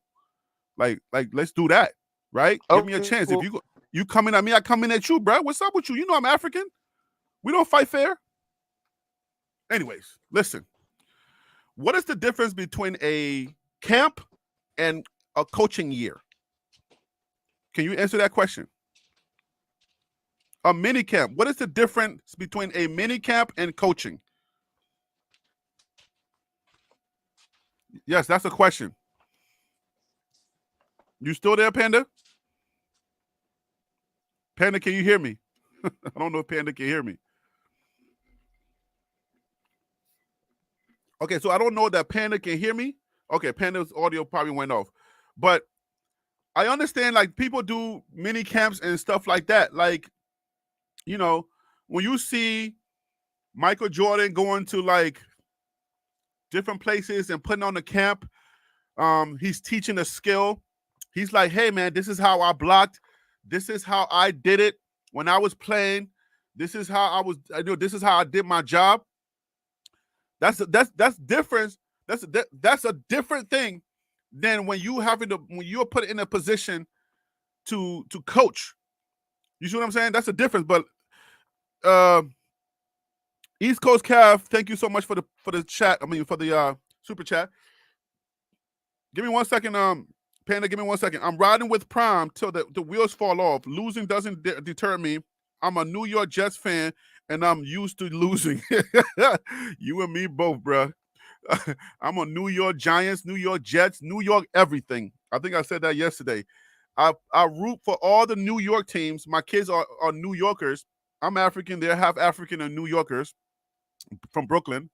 And we root for everything. I'm teaching them to just root for New York. Just love New York, okay? I don't take them to just Yankees games, or we haven't really gone to any games yet, but I don't take them to Yankees games or Brooklyn Nets games or Knicks games. We're rooting for New York, period. That's just how it is. All right, so let me bring back a Panda. Panda, the question was, what is the difference between a mini camp or a position camp and coaching? I mean, so initially I made that statement based on people having the perception that he has no experience at all. So I was He just doesn't. referencing that to say that. So, but He we doesn't. can't He say doesn't that. have coaching experience. Well, we could have made the same argument about Nick. You have to have a starting point at some point. We could have that same argument about Coach Prime that he's never been in this type of situation. No, we I can't just because think Coach Prime he coached Pee Wee, high school, JSU. So that's not the same. We can't Pee say Wee is not the same thing. JSU is not the same thing, bro. I know no. we We're would talking like to about butter it up to make it coaching. sound cool. No. I'm talking about coaching resume. We're not talking about anything else. I'm talking about coaching. So we're talking about coaching experience. I'm not talking about levels of coaching. I'm just talking about Right. being in a coaching position. Okay, forget about everything else. Right. I'm So talking when you about do coaching. a mini camp, what you doing? When you're doing minicamp, you're teaching somebody how you did something. What is a component of coaching? Well, I mean, are you taking me through the line of coaching? Well, the He's reason never I'm he's asking never this been in the question position is the to coach. difference. He's never sat in the coaching chair, but if you are a good basketball player like Michael Jordan always has these camps, right? If you are a good basketball player like Michael Jordan and you have a two-step or you have a way to, you know what I'm saying, you do something specific, you can tell people, hey, I can have a summer camp and I can teach you how to do that. All right. But has Michael Jordan ever stepped into a coaching position to say I'm a basketball head coach? He's never stepped into that position, so he doesn't He, have the experience as a coach. what you're doing is Uh-huh. putting him into a role that he's not going in. He's not replacing Kelly. So I think you're getting the positions mixed up. One, two, he's a position coach. So him being a position coach doing mini camps, and the Commanders is not the only one he did. You could go on YouTube and look. So as Mm-hmm. a position coach, I teach you your steps. I teach you technique. So in that capacity, he is qualified. A better qualification, he has Mm-hmm. a jacket. Now I could understand if he played, he never had a jacket, or he just played and just want to jump. He did mini camps, which is a coaching technical aspect of a position coach. It's different if you tell me he's going to Okay. be the defensive coordinator. I'll be like, hold up. It'll be different if you tell me he's calling plays. I'll be like, hold up. So there need to be an understanding of who he is and the position he's going into. If he was going in to be the play caller, I would say no. If he is going in to be take over Kelly's job, I would say no. This is a Okay. position coach we're talking about. Which position is he coaching? Is So he going to be coaching? I don't want to misspeak because they never made it clear. But the only Okay. logical thing is for him to be the defensive end coach. So that means he's taking Sal's job. Well, we're not sure because I think this is me playing devil advocate. I Okay. bring him in only in that capacity and get Mhm. somebody to recruit. I think what made Nick amazing is his recruiting was above his coaching. And then now he's trying to catch up to it. He's trying to bring his coaching acumen up to his recruiting because that's what he did phenomenal for Georgia. So I just think in Sap case, let Mhm. him teach them the technicals. Bring him, or you could even put him in an analyst role and do that because he doesn't have an official position announced yet. So he could still be an analyst getting paid and doing that role. And then you circle back around and get somebody who is centered solely on recruiting. And the next thing I think we have to understand in the recruiting capacity, it is not a one person job. There's like 10 people are part of the recruiting process.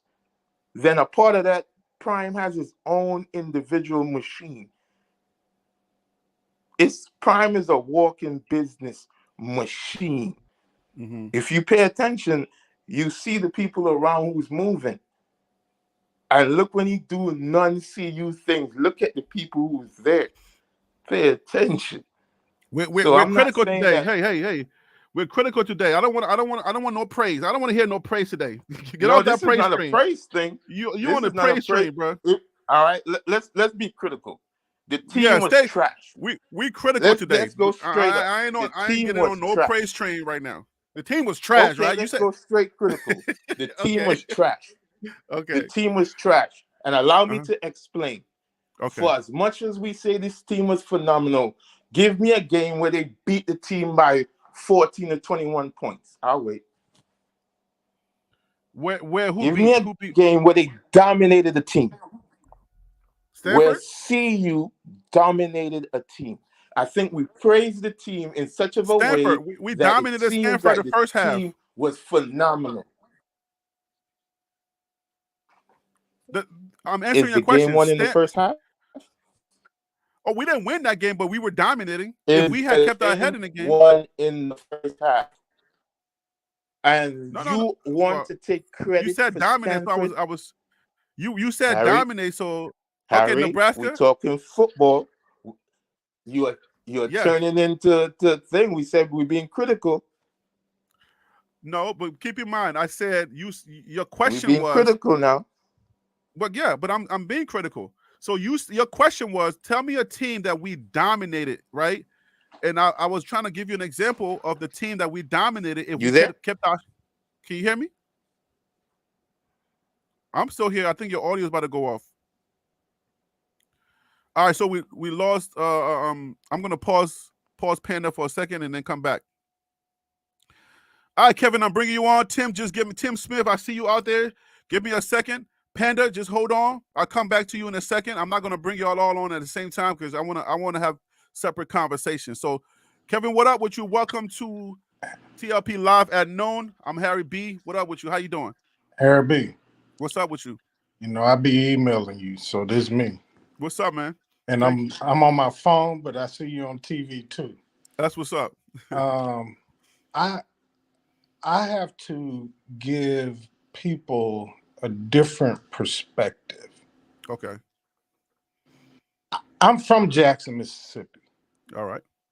I graduated from Jackson State.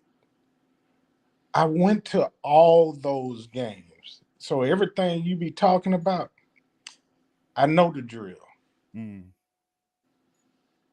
Everything he's doing right now, the same thing he did before. COVID season, we didn't do well.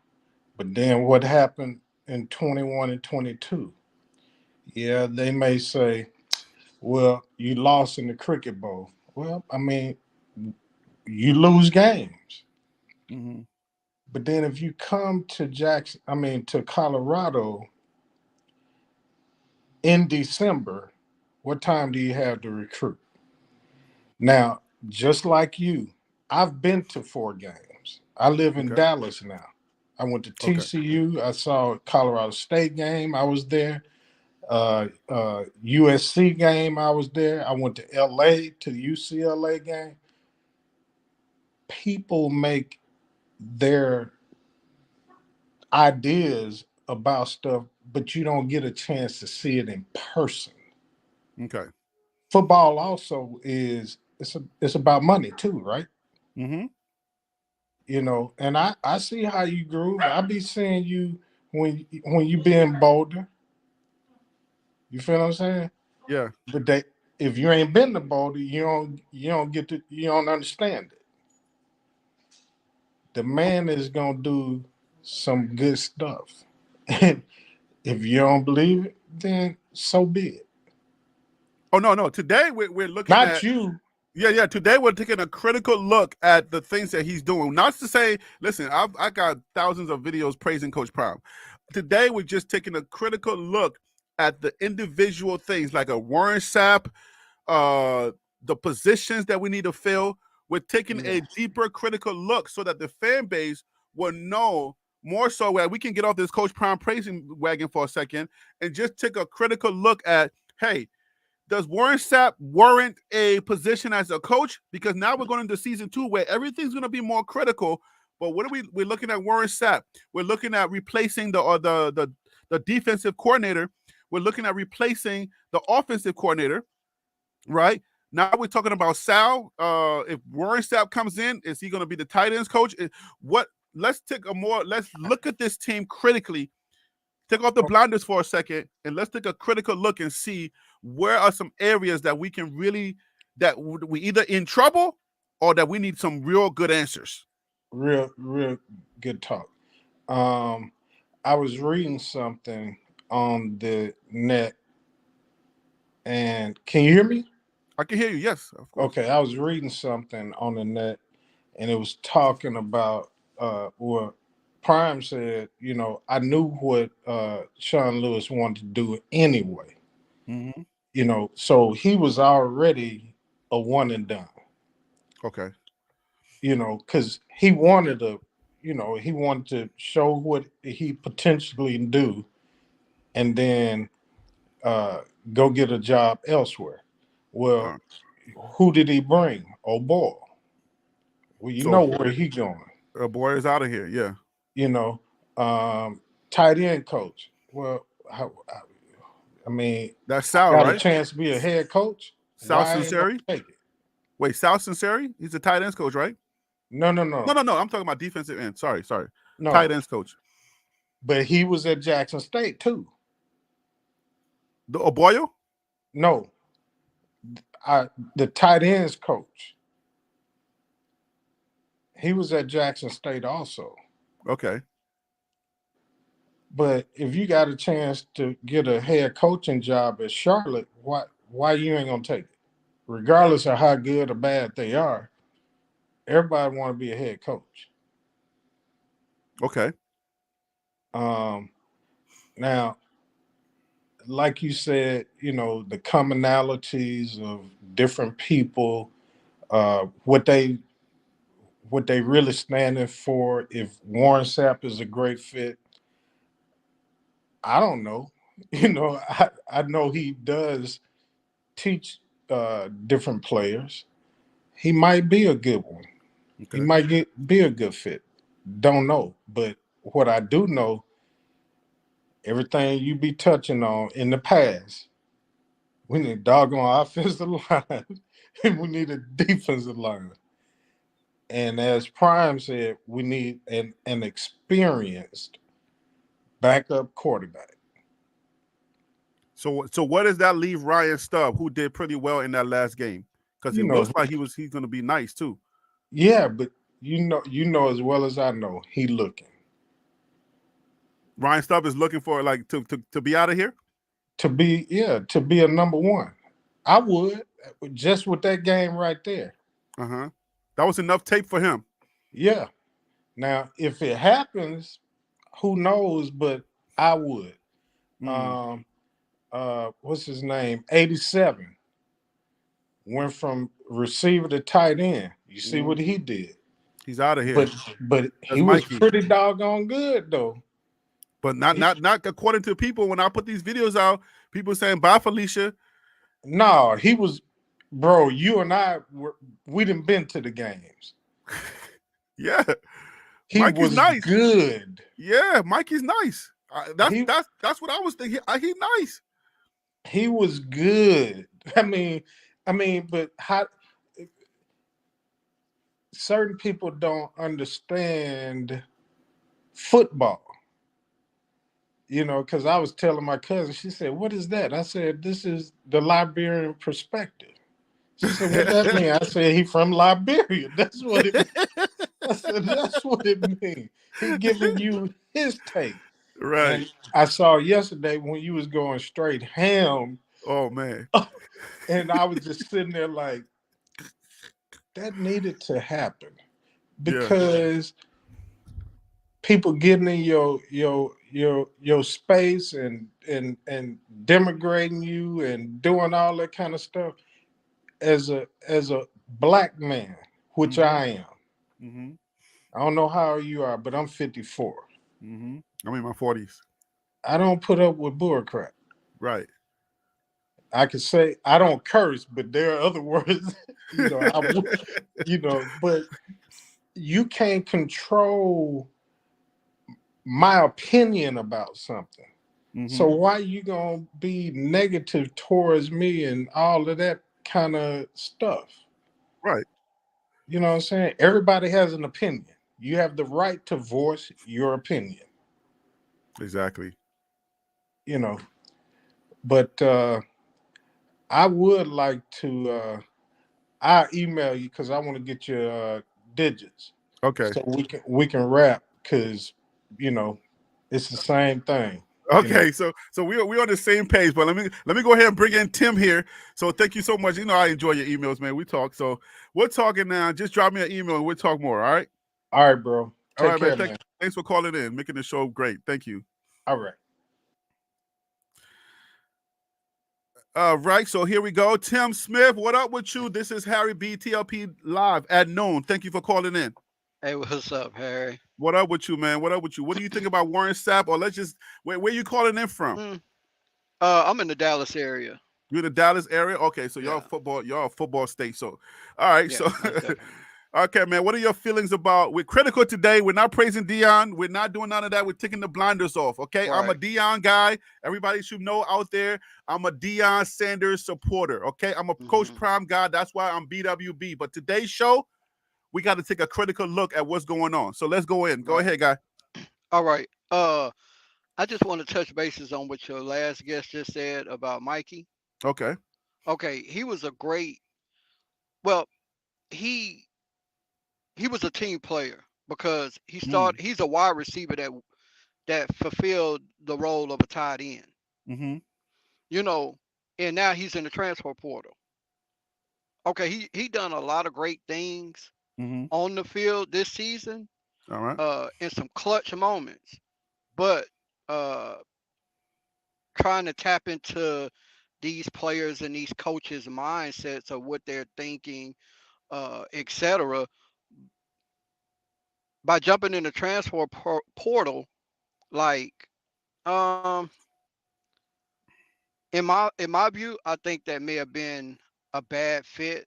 But I understand that he want to be a wide receiver. He may not want to be a tight end. If he has a dream and a goal to make it to the NFL, Mm-hmm. he's a little bit light for an NFL tight end. Number one. Uh, But when you get a good player, though, like when you get a good player, good coaches, they know how to find room for good players, people who can play the game of football. Whether like Tim Tebow, wasn't he going to be on defense or something like that? Like you find room for good players. I just wanted to make that point. Go ahead. You still there? All right, Tim. I think your audio went bad, so just come back on anytime your audio fixes, because I can't hear you right now. But yeah, but at the end of the day, I think we all understand Mikey was a good player. A lot of people are, what do you say, Coach Prime fans, but this football thing is real, and we got to take this football thing seriously, because if Coach Prime tells you I'm about to dominate, because he dominated at Jackson State, doesn't mean that he's going to dominate here right away. It's going to take some time to dominate here in this space. It's a different space. I'm one of the advocates of saying Coach Prime, the people that he had there, he can still dominate. But in this space, it's going to take relationships. It's going to take a lot more than just, you know what I'm saying, getting certain players, because at Jackson State, we had an advantage. He had an advantage to like get some top players that maybe a lot of the other teams could not afford. Some five-star players that some of the other teams could not afford. But now when you come to FBS football bowl subdivision, everybody can afford a player, and they got more money than Colorado. So if you want to compete with the SEC, we're going to the Big 12. But if you want to compete with the SEC, you're going to have to get a bigger budget, and you're going to have to up your game. So call it whenever you want to come back. Just come on, Tim. But you got to put yourself in a position to win, and to win, I don't know that, you know, if the mindset is like, yo, I'm going to get all winners in here, then that's fine. Then let's get the winners in here and let them start winning. I believe that Coach Prime is going to start winning, but I think like we gotta curb the rhetoric to start building. The rhetoric has to be on building. All right. Coach Prime was on a clip. He was on I'll be with you right with you. Coach Prime was on the clip, and he was like, I think he was talking to one of the reporters, Dan. I think he was talking to Dan. And Dan was like, yo, I feel bad for those kids. And Coach Prime says, well, maybe about 20-something kids we told to leave. The rest of those kids quit. And Dan was like, well, why did they quit, Coach? Coach Prime said, well, you know, when you see the dream team practicing, and you see Michael and you see those people practicing, if you see the dream team practicing and you think like you can't compete with the dream team, then you're probably going to quit. I mean, okay. I scratched my head on that one. I was like, but they weren't the dream team. We didn't have no dream team here, bro. Like, I was like, bro, if we had the dream team, we should have won more than 4 games. That's just me. Maybe some people look at that and say, yeah, we did have a dream team, and they quit because they couldn't compete. But the dream team did not show up. The dream team won all their games. That's why they were the dream team. Now you see the rest of the countries on the national stage, they're beating the U.S. So that comment was a little bit off-putting to me personally. All right, we didn't have the dream team, and we don't have that dream team here yet. We don't really have a strong team yet, and it's going to take some building to put that team together. And this is college. I know if we had unlimited budget, we could go out and get all 5 stars. Then I would feel like what Coach Prime is doing and saying, then I would feel like I'm all for it. But I think we need to start thinking about building, and the conversations and the way we talk. It needs to foster that, building a family here, because we're not going to keep replacing people anytime we're ready. And then when people feel like they're not part of this team, when they feel like they don't feel like a family environment, they're going to leave because they have options now. So I just wanted to make sure that gets in there, because we got the belt. because maybe 1 or 2 years you start winning. Yes. Maybe 2 or 3 years you start winning. Yes. But that takes relationships and building. If we keep losing people for whatever reason, it's going to be hard to build no matter how you feel about those people. All right. So I see Kevin wants to come back in and he got something to say. Kevin, give me 1 second. I see you over there. Let me bring Tim back on record so he can finish his thoughts before I bring you back on, Kevin. And there's something agitated. You like, no, Harry B, stop playing with me. I'm coming back on. I got you. Tim, what up with you, man? Hey, I hope he don't. I hope he probably want to come in based off of what I just said, but I hope he don't beat me up. It's No, all probably love. something I just said. Oh, okay. But and also the backup quarterback. Uh-huh. Uh, you know, I hear a lot of talk about, okay, should he go or should he stay? He's only what, a freshman? Well, he was a freshman. He's about to be a sophomore Well, now. he about to be a sophomore, right? So I would tell him to stay. If if Absolutely. if You he's got to not build that looking, guy if up. exactly, you have to build that player up. And I hope Dion and the coaching staff are are in his ear, because as a young player, sometimes a lot of these young kids, they not actually going, okay, let me see what's in the transfer portal. Mm-hmm. There are a lot of great quarterbacks in the portal right now, great ones. So him jumping into the portal, that's a bad thing. But back to this Warren Sapp thing, do I Mm-hmm. think that he's uh, uh, a good candidate for a defensive coach? I think he's a good candidate for a positions coach. Mm. Um, And what position though? uh, Where will you bring him in at? Because Sal ain't going D nowhere. line, huh? Sal Sinceri ain't going nowhere, right? I don't think so. I don't think so, So where do we bring him in? honestly. But I mean, it's still puzzles to this pieces that's still unraveling too. So I can't speak on that because I don't know. Okay. So, but somebody who, yes, he never coached before. Yes, he's. I heard Panda say, well, he does camps and he's a gold jacket wearer. Okay, that's fine and dandy, but Mm-hmm. that's a difference between being able to recruit, being able to coach these guys, being able to get the players to believe in him, because it's two different eras Mm-hmm. of football. Yes, it's football, but they played it. They play it totally different. So I think that he would be a good fit there to motivate those kids, especially that goddamn. Oh, excuse my French. That D line. Mm-hmm. Uh, like Dion said, he was in the hot tub with them guys talking football. You know, I seen Dion get out there with the DBs and some clips during the season. Mm-hmm. I feel like what he could bring to the table, he can really get those players to buy in and understand that, okay, I want to make it to the league. So yes, he is a gold jacket wearer, and I'm gonna trust him. Well, because I feel like he's that type of person that if you're not if you're not handling your assignment, Mm-hmm. once you come over to the sideline, you're gonna hear it. And it's gonna be shown on live television.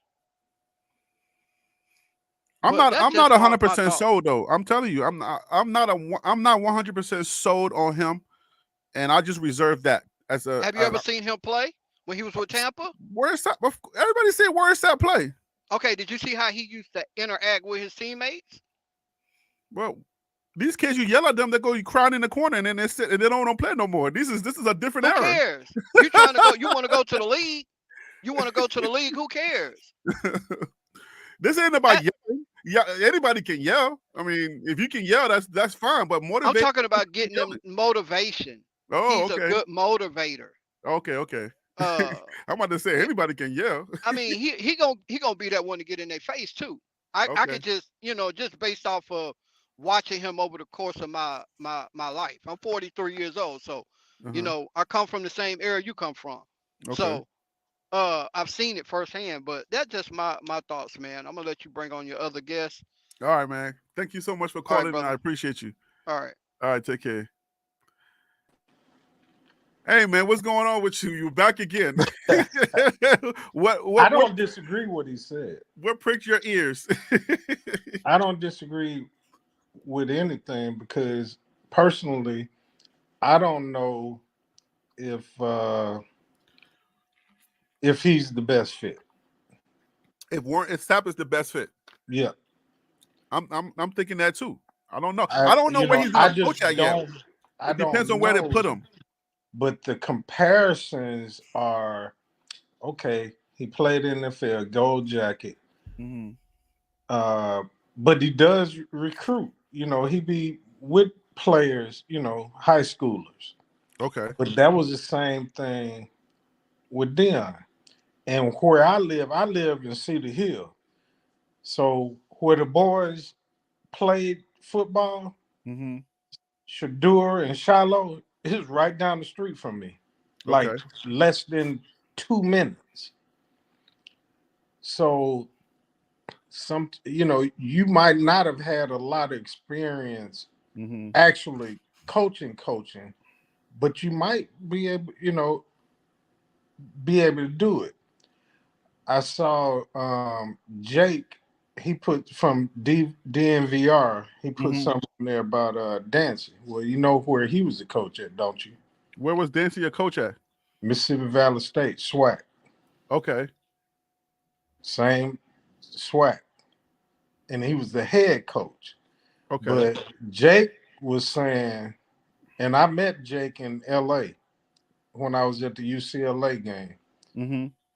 And he was saying that he's going to wind up being, you know, taking Nick's position.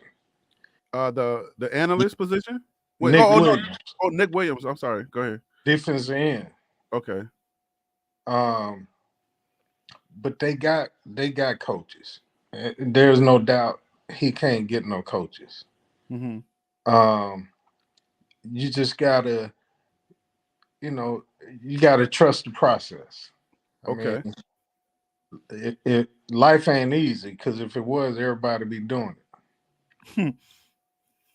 You know. We're in a pretty big league right now, and where we at right now, where we are as far as like the moving pieces, Yep. losing critical coaches and losing critical pieces, I feel like we need to understand that this is a process, and I think that's why I'm trying to like just let the base know this Exactly. is a process. Exactly. I know It, we came it, in blazing trying to win, but I'm like, we got to buckle up for the process because college football is enjoyable because when you see your team, you know, you go through the trenches, not those trenches, but you go through the trenches, you're in the weeds and everything, and the then struggle. yeah, the struggle, you go through that time, and then all of a sudden years come and you start winning. You know, even Georgia went through that pain at one point. You Yes. go through that and you stick with your team and you come through the weeds and everything, the struggle, and then when you start winning, y'all really feel that like your celebration. But I feel like we just jump straight to the top and like, All let's right.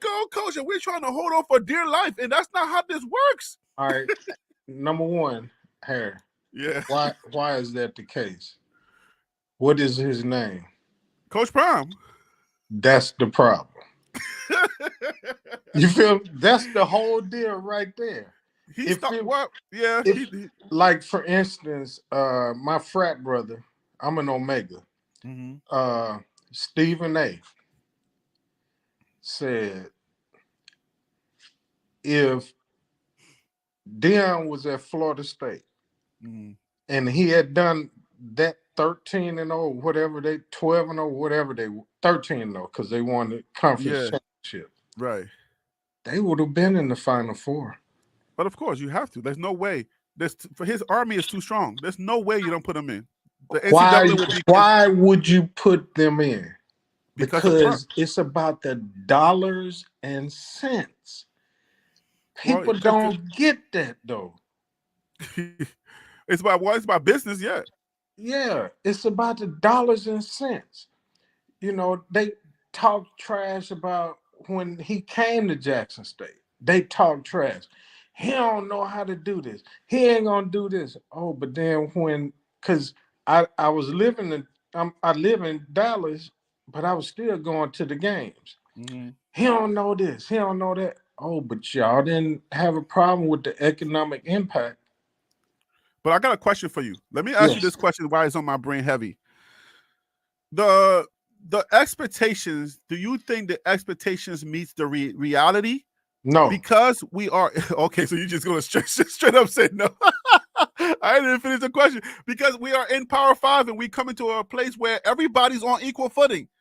And then you set this high bar and say we about to win now, and you get us all hyped up, and then you're dealing with existential situations that has nothing to do with football that you weren't even expecting, and you're still trying to hype us up to this point where even Surf is like look, we're impatient, but that's not our fault that we're impatient. We're impatient because our leader, Coach Because of the Prime. person.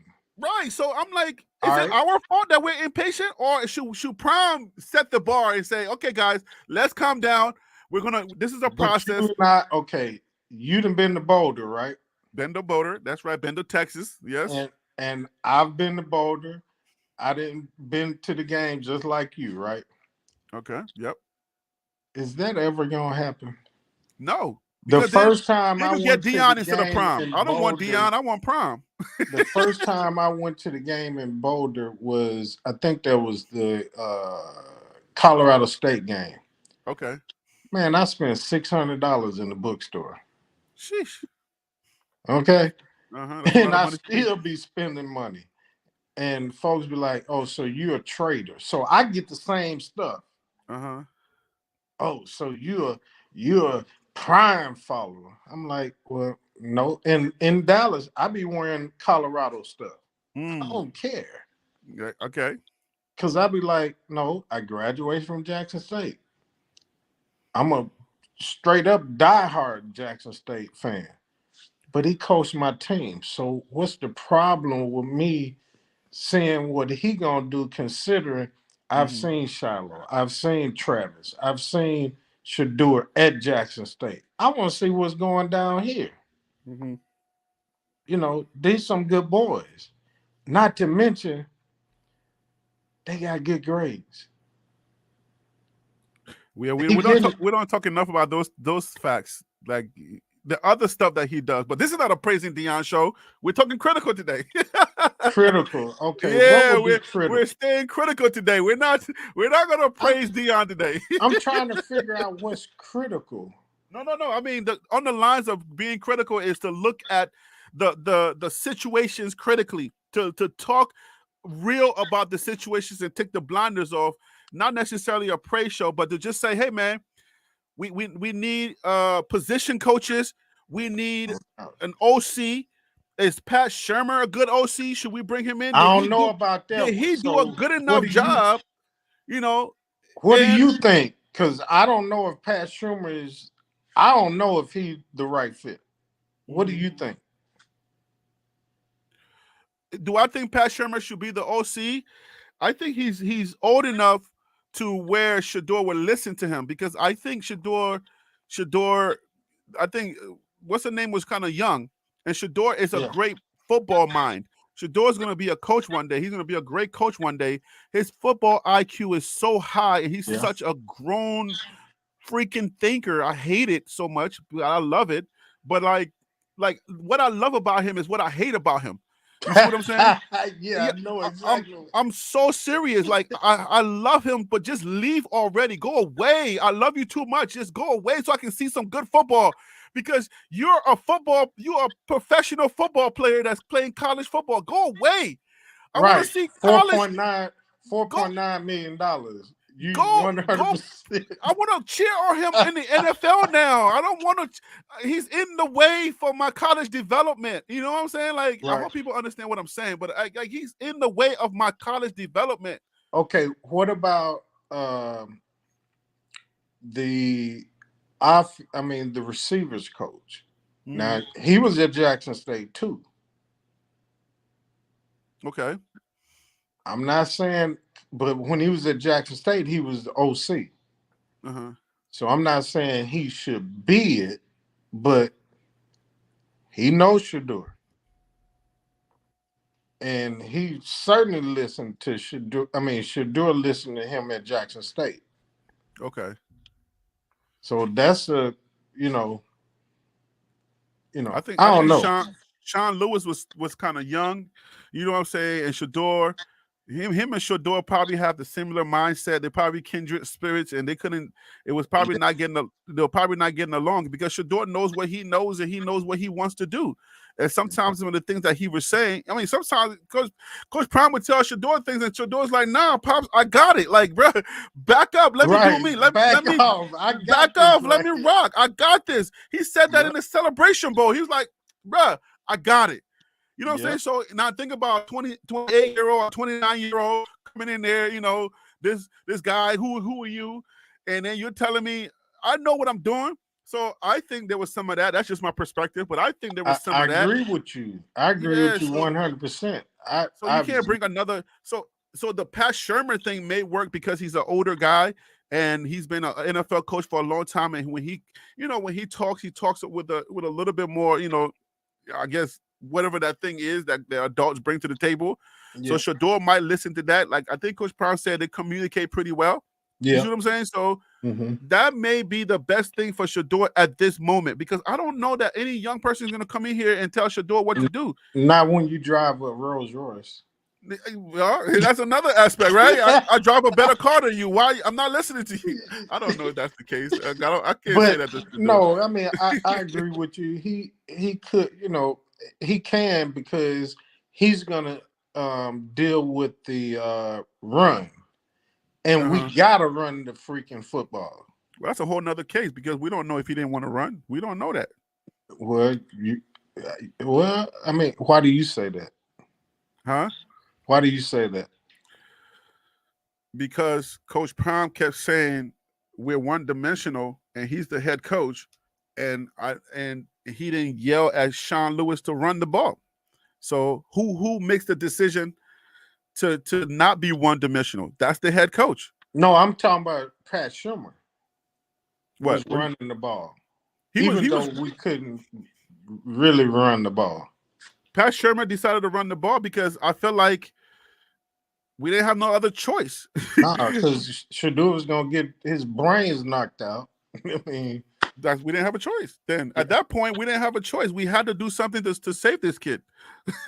yeah. So we only ran because we were out of options. And in the beginning, when we were saying the second we said we're one dimensional, are you telling me they didn't go to some meeting and they didn't say, "Hey, let's focus on the running," and then Sean Lewis was the one that said no? Do you believe? 100%. Do you You you believe you're that? right. There's no way. And I say that because I'm gonna go back to Jackson State. Uh huh. They were running the ball. They ran the ball.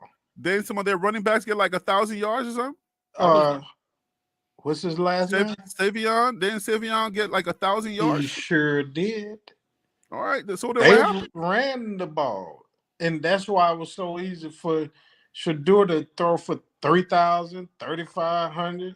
Right. You know, 5,000. I had two or Shador three slated for interceptions. 5,000 yards. I had Shador after that first game. I said we going 5,000 yards, That's 5,500 what I thought. easy, That's what I easy. thought. I thought 5,000. I Yep. swear I did. It was easy. We were going 5,000 easy. I'm like, oh, okay. So once we get some balance, Shador, because the run game, what people don't really understand about like NFL football, it's run heavy in the NFL. So when you Mm-hmm. have a balanced football, it makes throwing the ball so much easier. And I'm like, oh, Shador's about to light it up. That's Heisman all day. And Yes. then no run. And because you can, like you said in the NFL, you can do it two ways. Mm-hmm. You can start off passing to open the run, Yep. or you can run To and open up the then they pass. go to pass. Yep. And it's like, oh, what we gonna do now? I don't like San Francisco. I'm a Cowboy fan. But look what San Francisco did last week to the Eagles. McCaffrey went nuts on him. Mm-hmm. But you have to, like you've been saying it for days. I've been looking at you. You Man, can't run the ball, you can't win. you can't. Even if it doesn't work, you got to run it. If it's not working, you still got to stick to it. You know what I'm saying? Like I don't want to keep banging this horn, but I'm like, if the run doesn't work, you still got to run. It doesn't matter if they're not. Right. You got to mix it up. You And got to mix it up. And 100, and that's what people don't say. Well, they ain't getting the ball. I mean, they ain't able to run it, but you still got to do block. it. If they can't block, they can't run. I'm like, no, that's not how running works. Running is still got to run. You still got to run the ball. It doesn't matter. I don't care if everybody's dying. You got to run the ball. Right. And it's because now, okay, are they going to run a pass? Well, heck, I might be Army. Well, what do? All they do is run the ball, and they might sneak a pass. Mm-hmm. Every now and then. You got to run the ball. I can't say that enough. And there's options. There's so many options. Like if you are a good offensive coordinator and you are paying attention, and again, I'm gonna say this. I feel like that whole offense. I'm telling you, man, I'm gonna get in trouble, and I don't mind getting in trouble. Look, I'm telling you, ain't nobody get in trouble when they're telling the truth. They were flustered on that daggone field when things started to work. If you watch the other teams, when things were working for the other teams, they kept doing that thing. They just kept doing it until they figured out, oh, they finally figured this out. Okay, let's do something different. But what I noticed is teams were doing, you can't take the ball for 6 minutes and run out 6 minutes. What just happened in the last game? Exactly. 6 minutes, they took the ball and went 6 minutes and took the... And I'm like, that's what Utah did. That's all they did. That's everything. Is run the freaking ball. I'm like, girl, we came out of Stanford. We came out of the locker room throwing the ball. I said, are we crazy? We should just run the ball every down. We got 29 points. Every down is a run. Every single down. I don't care. I'm not throwing this ball no more. I got a question. So now you're making your point. You got me going, man. I'm telling you. No, now you're making your point. I've been making this point. Sean Lewis, you making your point because we have 29. Why are we throwing the ball, man? Who cares about stats? At all. Run the balls. Every down is a run. I will run it 1 through 4 downs. I will run the ball. And I got 29 points to protect. I'm not throwing no more. This is FBS football. We're not going to dominate. We're going to win by 2 points, but we're going to get a W on that daggone scoreboard. I'm running the ball. A win is a win. They didn't understand win is a win. 100, bro, because, I mean, when we go back and if we analyze. This ain't Jackson State. We're not dominating nothing here. We won the W. And you know what, Harry? I'm going to tell you something. We don't get what we need. Watch out for North Dakota State. What about them? What do you know about them? Because I don't know about them. Oh, you don't? I don't know about any of these guys that we about to play because we're going to Big 12 now. I'm new to college football. Keep that in mind. I know you are, but they're FCS, same division Jackson State are in, right? Oh, word? Oh, okay. But they normally win the national championship every year. North Dakota? North Dakota State. Wait. What do you mean win every year? Because we got Georgia. What are you talking about? No. FBS and all of that, that's FB as in boy S. Football. Bowl subdivision. Football championship subdivision is FCS. Correct. When you say national, though, you're talking about FBS and everything. It doesn't matter. No, FCS. FCS have their own national championship? Schools like, oh, yeah, they doing the playoffs now. So those are teams like Jackson State. I thought the Natty was only at the FBS level. No. You see that first game right there you putting on my TV and my phone? North Dakota State. That ain't gonna be no cake. They're gonna be a problem? They good. They always good. Oh wow! So we would say we counted that last time as a W. Nah, It ain't gonna be easy. nah, bro. They no. I'm just telling you, they Word. are good. Like, look, they in the playoffs right now in the FCS Mm. right now, because the FCS they play a playoffs. I mean, it'd be like 12 teams, something like that. Mm-hmm. Which now the FBS gonna do it next year. So in 24, when Colorado in the Big 12, it'll be 12 teams. Mm-hmm. It's either 12 or 8.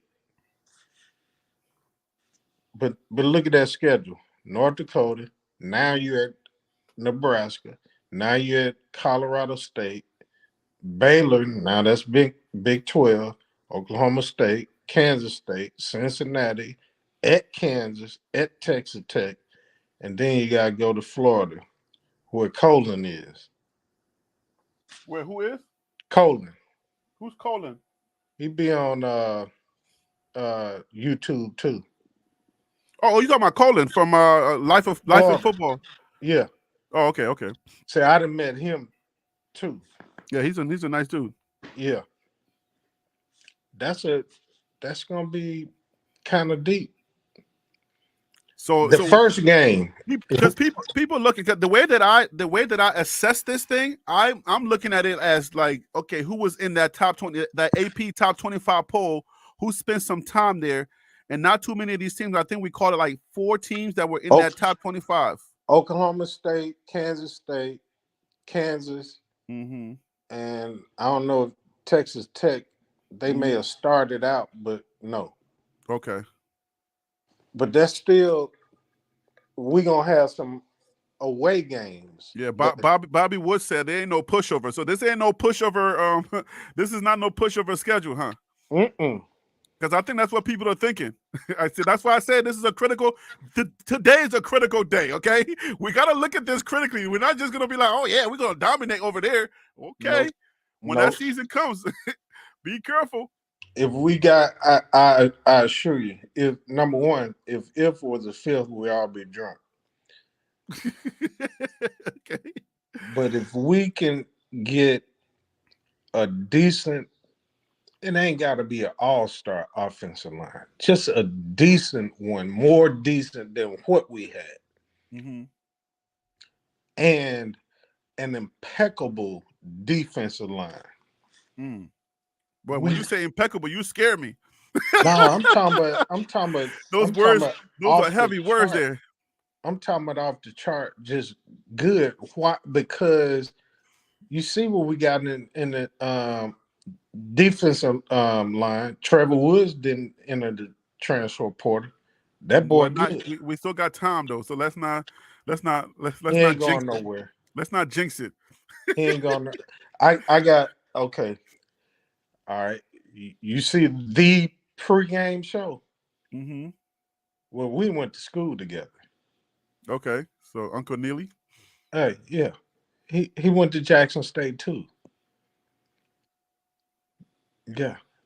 Hmm. So I know some. That's why I said we need to talk. I need to be. I know a few things, Okay. but as you said, you've been saying it. Defensive line, offensive line, receivers, we got those. I mean, 14, J5 ain't going nowhere because I don't think Mm-hmm.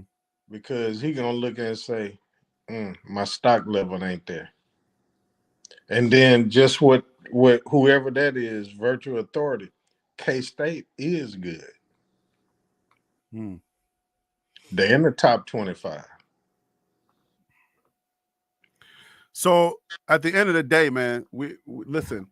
We're not the only team that's recruiting. Okay, No, we're not the only team that's trying to get dogs and studs. So listen, teams that are good this year are going to be better next year. I agree. So it's not, this mindset of, oh man, we're gonna get dogs and we're gonna be good. Like we said at the end of it, we said that we were supposed to be this and we're supposed to be that this year. But when we get here, we realized that other teams like Oregon smacked us in the mouth. I mean, we had zero answers, no And matter Washington what. State. No, and Washington State did not smack us in the mouth. Washington State was soft. I don't like that. That was not a loss. They score Washington State. wise, they beat the crap out of us. No, Washington State game we lost. We went in there and we laid an egg. We were sick. We were sick, and I don't know. Well, we didn't show up. I have no idea what. Utah, we were really sick. Utah, we did pretty good with Utah, but Z didn't even play. Woods didn't play. It's a whole bunch didn't play that game. We had some players out, but that's what I'm saying. That's why we need depth at each level, at each playing position. We can't just have one starter. We can't depend on our winning with just one starter. I mean, everybody, like, if you watch the UCLA game, they were switching 3 quarterbacks back to back, and they were good quarterbacks, and they trusted it. That's why I was going to say earlier that I feel like we'd be so flustered. It's like we can't even. We're like, oh my gosh, what do we do now? When something's working, we don't keep doing it. We just go straight away from it. And then we go to the press conference. We go into the press conference. So why did you guys were doing good at the running game. Why didn't you guys run? Did you not see we lost 1 yard on running? Like, did you not see we lost 1? So we don't run no more. I'm like, what? And like you said in the UCLA game, I was there. And I was like, what y'all doing? I'm like, wait a minute. And I had crazy seats. I had great seats. Every game I've been to, wonderful. I didn't spend a whole lot of money. And I'm like, what y'all doing? Y'all in this game right here, y'all can beat these boys, but y'all so many things we could have beat, but we don't repeat the good stuff that we're doing. We forget. Yep.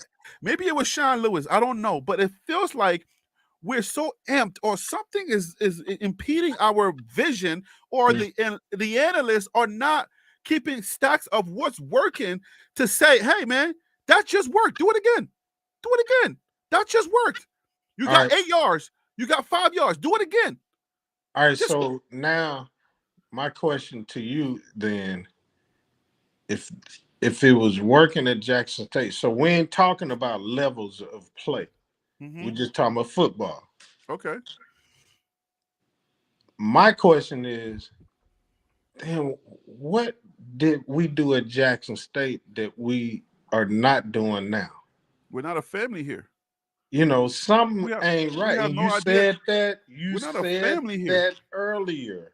Yeah. Something is not right. You're dealing with demons. You're dealing with people who are not your people. You're dealing with people who are not your friend. People who don't even like you. You're dealing with stuff that has nothing to do with football, that has stuff to do with personal life. You can't be dealing with those things trying to win games together. Everybody's supposed to be locked in, shoulder to shoulder. That's why we have the S to S on our daggone thing. You can't be shoulder to shoulder with somebody who's recruiting for their next team. You can't be doing that in the middle of the season where they're trying to they're looking on their resume for their next team. That's not shoulder to shoulder. That's back to back. Yeah. My back is turned towards you, and I'm looking over there. That's not shoulder to shoulder. We're not looking at the same thing. If we're back to back, that means we're looking at 2 separate things. We were back to back. We were B to B, not S to S. We were B to B in this season. I'm looking over there, and you're looking over here. Because that's what I'm tripping on. I'm like, wait a minute. We did this at Jackson State for 2 years. We were family at Jackson State. But then now we don't know nothing. Right. I mean, it's like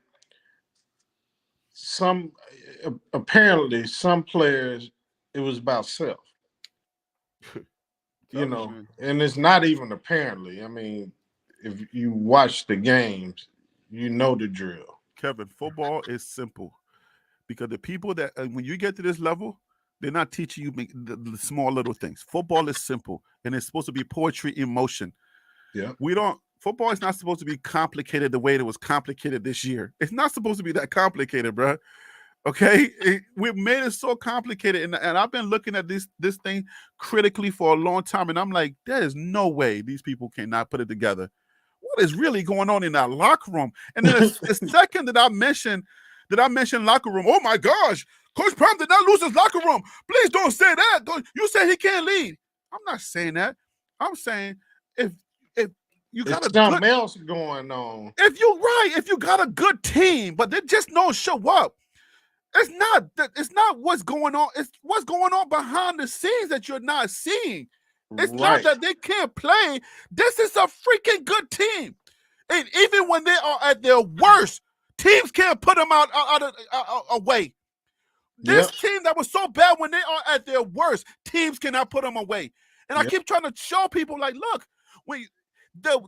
at their worst, the only team that really beat them was Oregon. Yep.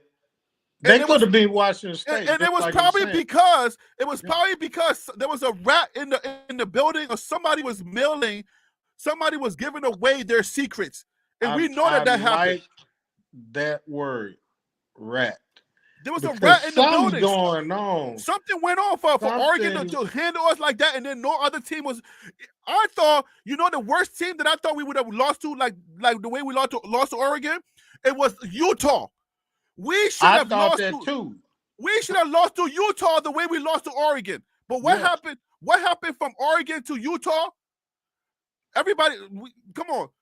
We know that there was some secrets that was leaked to Oregon. Oregon has something on us that we didn't know they had on us. Well, I'm telling you. They already said that. They had something on us. They said that It's like they had our playbook. They knew what we were going to do. It's been some coaches that have been conspiring to do just that. And again, it's because prime effect. That's what I'm saying.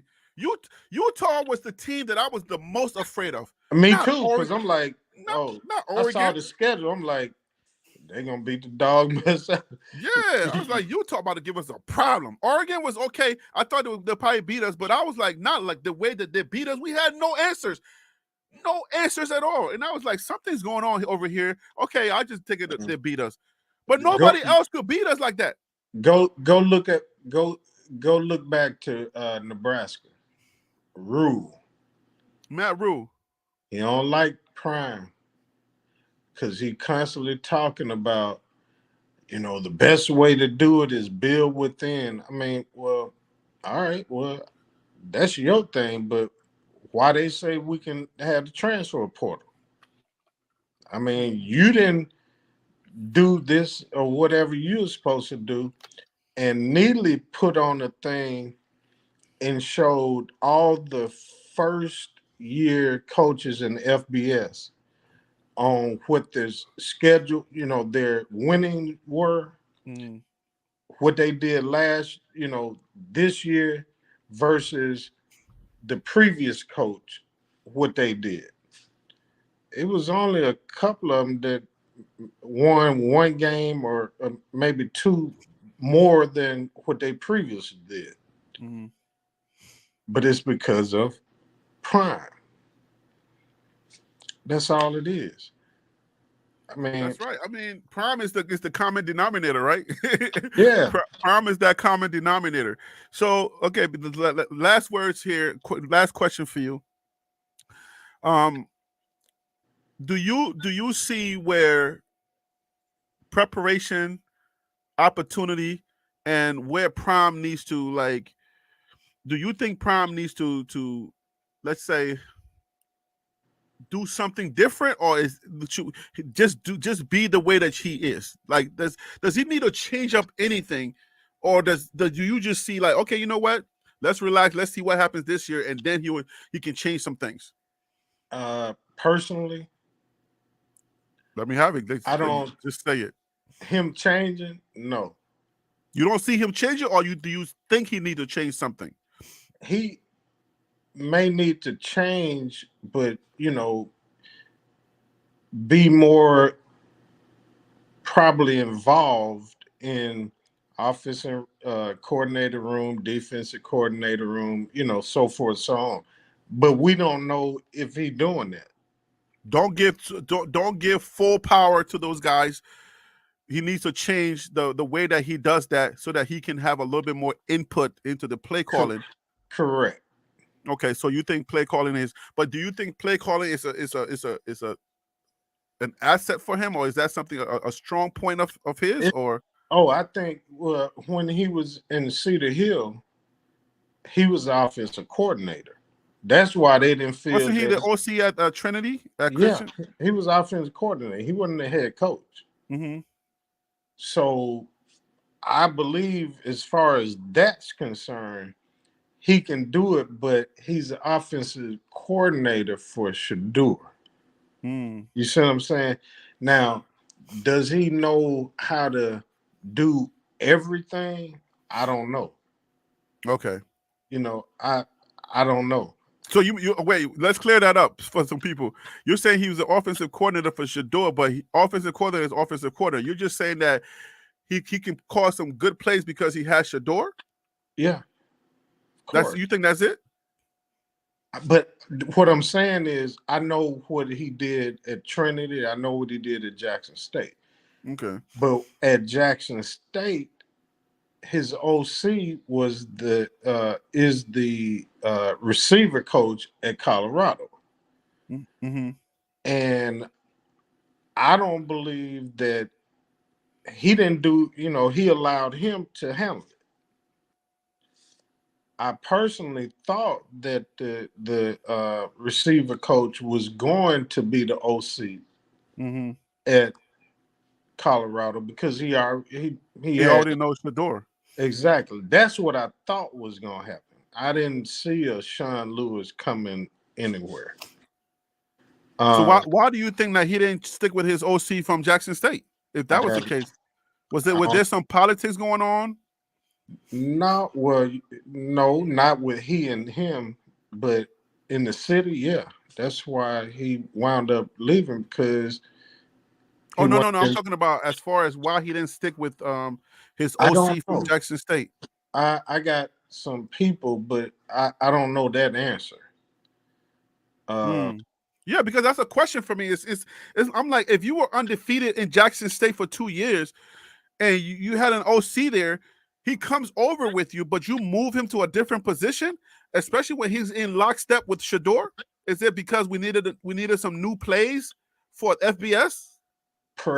perhaps what I read was I don't have that answer either, but Okay, what I okay, yeah, I read was, yeah, was okay. it was supposed to be already a one and done with Sean Lewis to help him get another head coaching job.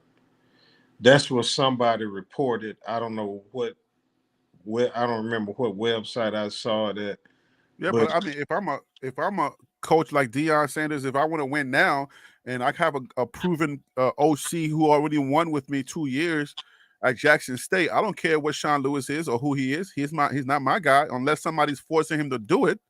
I'm not bringing him in and then changing my OC when he's in lockstep with my quarterback Shador, my son, and they're good. If that's the case, I don't care who Sean Lewis is. I don't know I, him. I agree. How Mm. that hire came about, because Brett Bartoloni, that's his name. Mm-hmm. That's who I thought was going to be the OC. And then That's he why. changed. That's why right now I don't understand who's going to be the OC, because if it if it was left up to me, it would be him and not Pat Schumer. And That's that's just that's based. yeah. Anybody out there that knows, give me 1 second before we finish this conversation. Anybody out there that knows, we got about 30 minutes left in the show. If you know the situation with Brett Bartoloni, you want to come on the show, give me email me hot tips for tlpsports@gmail.com is right above your head.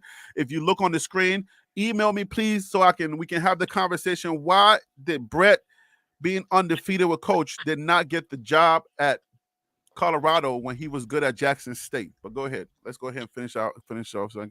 Again, I don't know. I mean, I don't have the answers. All right, cool. Cool, man. Listen, man, it's been fun talking with you, man. Please keep the email. call in at any time. Anytime the show is going on, once I give out that call for somebody to come on, shoot me an email and then I'll bring you on. All right. All right, bro. Thanks, man. Thanks for spending some time with me. All right, much love. All right, take care. So that's the question that I have for anybody that wants to come on, guys. If you guys understand, we're being critical today. I want everybody to please understand that I'm being critical on purpose today. This, if you look at the thumbnail, if you look at the title of the show, I am on purpose being critical because the fan base, we need to look at this team and hold them accountable. We need to hold everybody accountable, including Coach Prime himself. We need to hold him accountable. Everybody that comes on, we need to be critical. We need to look at things critically as opposed to just always praising, because we are a football fan base. We are a real football fan base. We're not just a choir singing the praises of people that we like. We are a football fan base, or at least we're becoming. A lot of people started off not knowing anything about football, never watching college football before, but now they actually have had a whole season under their belt. So now they're not just amateurs anymore. Now you can't say you are a freshman anymore. You're not a redshirt freshman as a football fan anymore.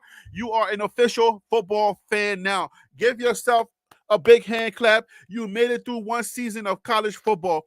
You are now officially, and I am putting my sword on your shoulder, and I am crowning you, and I'm giving you your credentials as a real football fan. You can no longer use that tag. I'm not really here for football. You are here for football, because now you have football under your belt. Either something you learned from us here at TLP Sports Club or something you learned during the season from the announcers. You're now an official football fan. So if we are looking at this team, this is a football team, but we got to remember this is a college football team. The way that you run a college football team is a little bit different from the way that you run a professional football team. All right? With professionals, you can replace them at any moment. But because of the NIL, the name, the image, and the likeness, okay, because of the NIL money that has infiltrated college football, it's a little bit hard to retain college players. And also because of that transfer portal, which is also a new thing. Transfer portal is just a free agency for college sports. Excuse me. Gone are the days where if you were at a college, you were locked in for 4 years or until you dropped out or whatever. All right? So now, because of the NIL, because of that transfer portal, the landscape of college football has changed. So we got a whole new landscape now. And the way you play that game, it's a little different. Okay? So we got to play the game correctly. But the transfer portal is not, what do you call, the transfer portal is not necessarily it's not the best place to get top players per se. You're not going to get a bunch of 5 stars and 4 stars from the transfer portal. What you're getting from the transfer portal are decent players that you are willing to work with. That's what this show is about today, to give you an idea of what you need to look at critically when it comes to football decisions. Excuse me. So the transfer portal, you're going to get decent players, and then you're going to have to work with those players. But sometimes working with those players is just like you being a parent. If you have parents, if you are a parent and you have kids, you know how it is. You can't throw your kids away. They're going to make mistakes. Okay? Your kids are going to make mistakes. When you have a child, he's 8 years old. I'm giving you my morning routine. And you're supposed to take him to the bus stop or take him to school, and you got 2 more minutes and they're standing around, walking around like this and like that, and they're sluggish. You have to tell them, hey, let's get going. That's called development. You got to develop them. Even though they do the same routine every single day, you got to develop them. You got to keep repeating those steps. Hey, hey, hey. Coach Prime has, 8 toes left? And sometimes you saw him out there teaching those steps, teaching them, hey man, do this like this, do this like this. They'll go in the game and they'll forget, and they'll have to step back. And coach Pat to step back. Hey man, you miss your assignment. This is the same thing that we do game after game. This is the same thing we do in practice. You got to keep working it out. You got to keep working on it. It's called development. If you keep replacing those kids, are you really developing? It seems as if we're looking for NFL-ready players to win now. But is that a good strategy? We're taking a critical look at our rhetoric, taking a critical look at our team, the coaches, the players. Is it a good strategy to say, I want NFL-ready players right now, and I'm going to go get them? If they don't come, if you give them the money, can you expect what you expect from an NFL player for them to do their job? They're still kids. They're still dealing with social media. They're still dealing with a lot of things. Sometimes they show up. Sometimes they don't. Sometimes they feel like playing. Sometimes they don't feel like playing. And you're still going to have to be a parent, or you're still going to have to be a coach and coach them. Because what we got to remember, these are still young men developing. That's a very key word today. Developing. They're not NFL players. They're not professional players. We still got to develop these young men. They're going to miss assignments. Even professionals miss assignments. So where do we stand at when it comes to Colorado football? We've lost a few starters and we've lost a few coaches. But the product that we're getting, are we ready to work with that product? Because now Coach Prime doesn't just come in December. Now he has a full year of college football under his belt. So the people that he brings in now, he's sold with them. How do we deal with those people? All right. Minister Philly said you can't favor one child over another. That is a critical thing to think about. I have two sons. One is more athletic than the other. All right. And I can't be like, oh man, you this, you that. You know, the younger one is more athletic and he really wants sports. The older one, he plays sports, but he's smart. Sports is not his real thing. All right. Whatever his real thing is, we're still trying to figure that out. But that's what this is. We're in college. A lot of these young people are still trying to figure that out. Whatever that is. I know they're on the football team, but they're still trying to figure it out. So we got to coach them. We got to be parents sometimes. Owen Carey said, I was looking for more of a parent figure and I felt like I didn't get that, so I'm out of here. So yes, we may have to be mentors. We may have to be daddy, maybe. Oh, man, I'm telling you. There's a lot of dynamics when it comes to this. But we got to be realistic as a fan base, guys. We got to be realistic. Our expectations are going to be based on what Coach Prime is telling us. Our expectations are going to be based on what we see on that field and our hype level. So instead of me being the hype train director this year, I'm now being the caution director. And I'm going to tell you that it's going to take there's a process that needs to happen. It's a process. It's going to take some time. You got to be ready for that time. I'm just going to tell you that forget about that. We're going to win now stuff. Forget about it. You heard it from me. Forget about it. Let's lock in for the process. That's more realistic. Let's lock in the whole win right now. like Kevin said, hey, man, North Dakota's pretty good.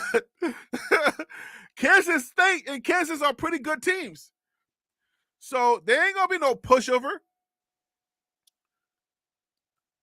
All right. KMS says y'all overthinking football. I think football it shouldn't be, it's not rocket science if all the pieces come together. But listen, let me be the first to tell you, forget about that win right now situation and let's lock in for the process. And I think we'll enjoy it. I think if we are ready for the process of growth, if we're ready for the process of development, then I think we'll enjoy it, and that will curb our enthusiasm so that we can enjoy the process. Because the process is a beautiful process. If a lot of y'all don't understand, if you really say, if Coach Prime was to come in and say, hey man, all right, man, I'm here. We're gonna do some, it's gonna be some hard work, but we're gonna get it done, guys. And I promise you, we're gonna win. All right? Now, whether it's this year, 2 years from now, I promise you we're gonna win. Some of us may have been like, okay, coach, we with you. And maybe our the antenna, our winning antenna wouldn't be so high. We'd be like, all right, coach, we locked in. Let's go. Do whatever you got to do. Let's build a family here. I don't know that, and I don't believe that you can do this without a family. I'm telling you, college football is a different beast. I know professional sports, you don't necessarily need a family environment and you don't need that much chemistry. But college football, the teams that consistently win, I'm telling you, they are a family and they have a lot of chemistry. Those boys have been together for years. Maybe, yeah, those boys have been together and they've gone through some things together. And right now, they're rocking together. So if you see them winning right now, they're rocking together. When I say rocking together, let me tell you what that looks like. When you leave the program, you have good things to say. When you leave the program, you're telling your brother to go there because your brother's a beast in high school. When you leave the program, if you are a graduate student, if you graduate from the school, or if you move on, you're going to text your buddy who's at another school, who's a beast, who's thinking about leaving his school. He's out of Georgia, he's out of Alabama, and he's leaving. You're going to text him and say, hey, man, come to my school. It's a family over here. We love each other over here. That's what it looks like. If it's nothing going on over here, if it's just about myself and this person, is just about Travis Hunter, it's just about Shador, and it's just about Shiloh, the people can feel that. The students, the players, they can feel that. And they're going to text their buddy and they're going to say, don't come over here, man. It's crazy over here. You don't want that problem right here. I'm telling you, this is what college football should be. When I think Lamonius Craig. Was it Lamonius Craig? It was one of the players that went to Arizona. One of the things that he said in his press conference was that it feels like family over here. It feels like they treat you like family over here. Guys, I'm telling you right now, winning is one thing, but continual winning is going to take chemistry in a family environment. So while we are trying to win, let's not forget Jackson State. Let's not forget what made us Jackson State. We felt like we were part of the program. It can't just be Travis Hunter, Shador, Shiloh. It can't just be Jimmy Horn and the receiving corps. It's got to be the entire team, especially that O-line and that defensive line. They got to feel like they are part of the Colorado fabric. They got to feel that because the recruiting doesn't just happen with the coaches. The students recruit each other. The players, they recruit each other. If your guy over there in Georgia or Alabama or Texas or wherever, if they're feeling like jumping into that transfer portal and they text you for a reference, when you buy a new program or when you're doing something, they always ask you, would you refer us to somebody else? Would you refer us, or would you refer, let's say, Adobe Premiere to your friend? Would you refer, I'm using StreamYard to stream. When I'm done streaming, every now and then they're gonna say, hey man, would you refer StreamYard to a friend? So, would you refer Colorado? All the players, all of them. Hey, man, you're leaving. I see you into the transfer portal. But with Colorado, if we ask you the question, would Colorado be a team that you would refer to a friend or another player that would love to play for us? Would Colorado be a team that you refer? If you're leaving for your personal reason, that's fine. But would you refer Colorado to a friend? If that answer is no from every single player, then that's a problem. Maybe it doesn't matter to some of y'all, and maybe it matters to some of y'all. But if we constantly get players leaving that would never refer anybody here, or if the players that are currently playing would not even refer their friends, that's a part of recruiting. I think that's a major part of recruiting, that the kids that are currently here are happy and great to refer somebody else. So that's important too. So we have to understand that Colorado football is in a place where we're building. That's why I want the fan base to please, and I say please one more time, understand and follow the process and enjoy the process. We're in a building stage. Forget about the rhetoric. Coach Prime is going to be Coach Prime. But you as a fan base, forget about the rhetoric. Lock into the process. We need the rhetoric. I need Prime to be Prime.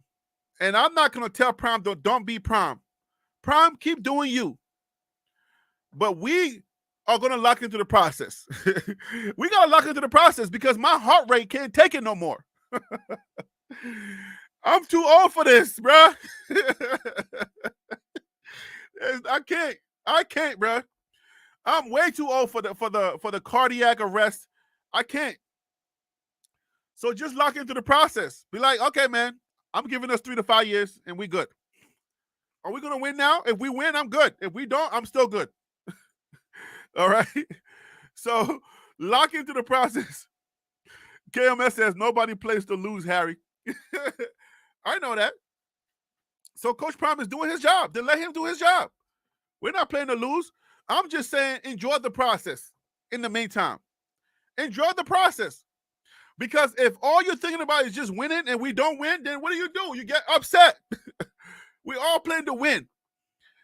But we also have to be realistic and understand that the building process takes time. So if you don't think that we're going to build, then you might just say, oh, man, just get rid of everybody. Then we need to get rid of everybody and bring in some of the players that are going to make us win right now. If it's about a winning right now situation, then it's going to be hard to build a college football environment where everybody feels like they're part of this. Because then if that guy doesn't work out tomorrow, you don't care about developing him. You just want to get rid of him so that you can bring somebody in that's better than him so that we can win. I don't like that. That's not college football. That's professional football. I'm looking at college football. I thought this was a college team. You see what I'm saying? Because every time somebody doesn't work out, if we're going to replace him and not develop him, then that's a professional team. You see what I'm saying? That's more of a professional environment. If you do all right and we don't care about developing you so that you can get better, so that next year you can contribute at a higher rate, then that's a professional team, because that's what the NFL draft is for every year. Every year is an NFL draft. And if you don't give me the numbers, if I give you NIL money and you don't perform this year, then I'm getting rid of you. I'm going back to the portal so I can get somebody else that's better than you and bring them in. I can do that every year. Every single year. But if Mikey did good this year, he did pretty well, right? He was not elite, right? He was not like elite, right? If he did good this year, then I would say, hey, Mikey, man, listen, you did really good, bro. I want you to stick around, man. I'm going to give you some NIL money. Whatever you need, man, we're gonna help you out. All right? We're going to take care of mama. We're going to take care of whatever. And we're going to bring you back so that you can do, do what you do. We're going to develop you. The same thing goes with Van Wells, Christian Lichtenhan, whoever else. And the reason why I'm saying that, I'm not I'm not telling you to chew my head off and say, Harry B, let it go. That line sucked. That's not why I'm saying it. I'm saying that for next year. You see what I'm saying? I'm saying that for the next offensive lineman that we're going to get. That's why I'm saying that. Because we're going to get the next offensive line coming in here. And this is our dog year, right? This is what we're selling now. So we're selling, hey, man, we see that the offensive line sucks. So we're going to get rid of the bad ones and bring in some better ones. So now when we bring in those bad ones, if they struggle, which is, it happens to everybody, even the biggest players struggle. If they struggle, let's settle down with them. Let's say, okay, fine. He struggled. He's a dog, but he struggled.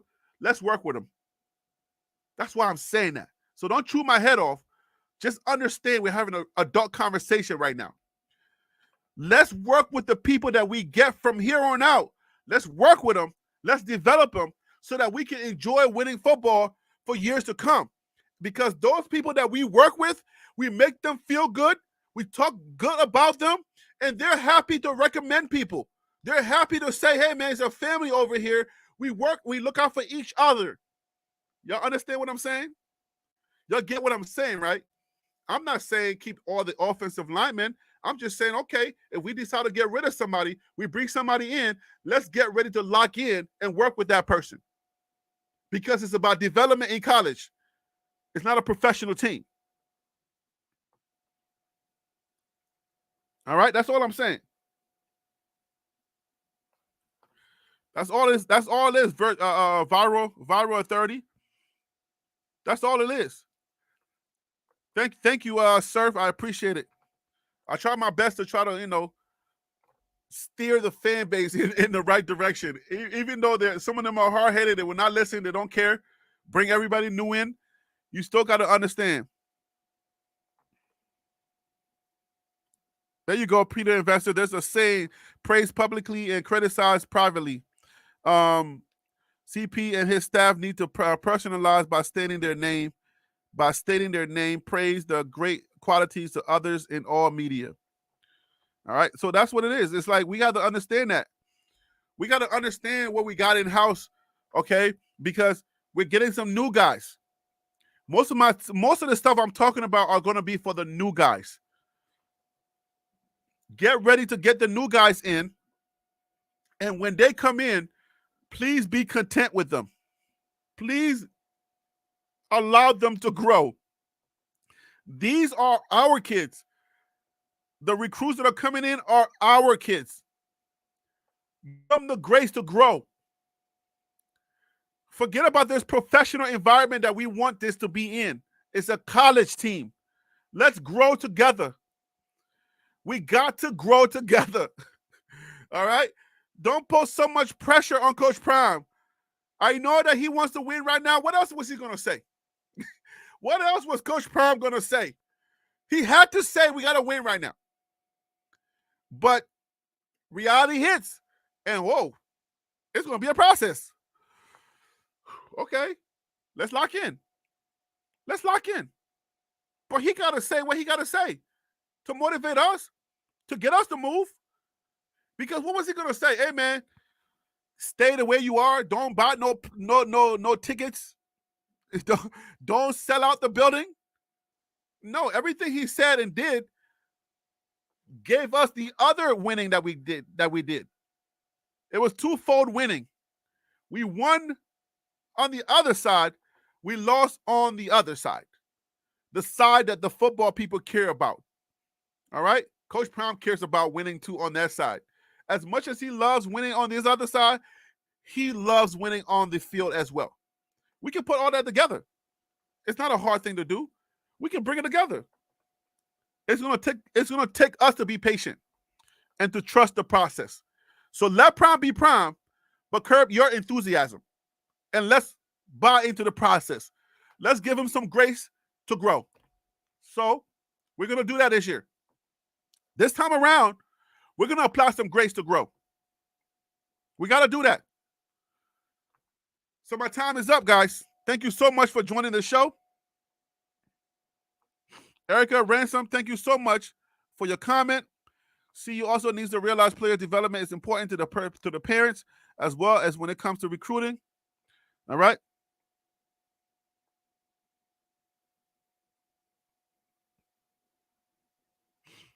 He could have promoted getting better. That's for sure.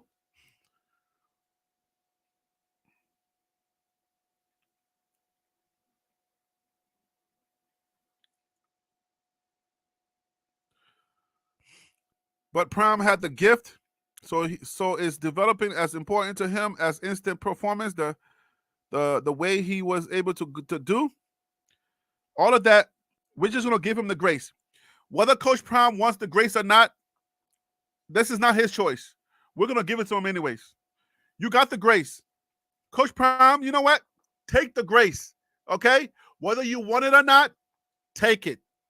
Take your time and grow this team the right way, the way you did at Jackson State. No rush. Pape, you put in my library in English. Pape, my man, take your time, ba.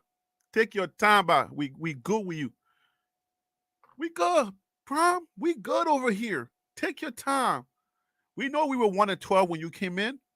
We knew we were down in the dumps, but all right, Coach. We good, bruh. Take your time, Coach. Let's grow the right way. Maybe rushing to win, maybe that's not what you really want. Maybe that's kind of creating some type of friction, and you're not a friction guy. We know your personality. We know you love people.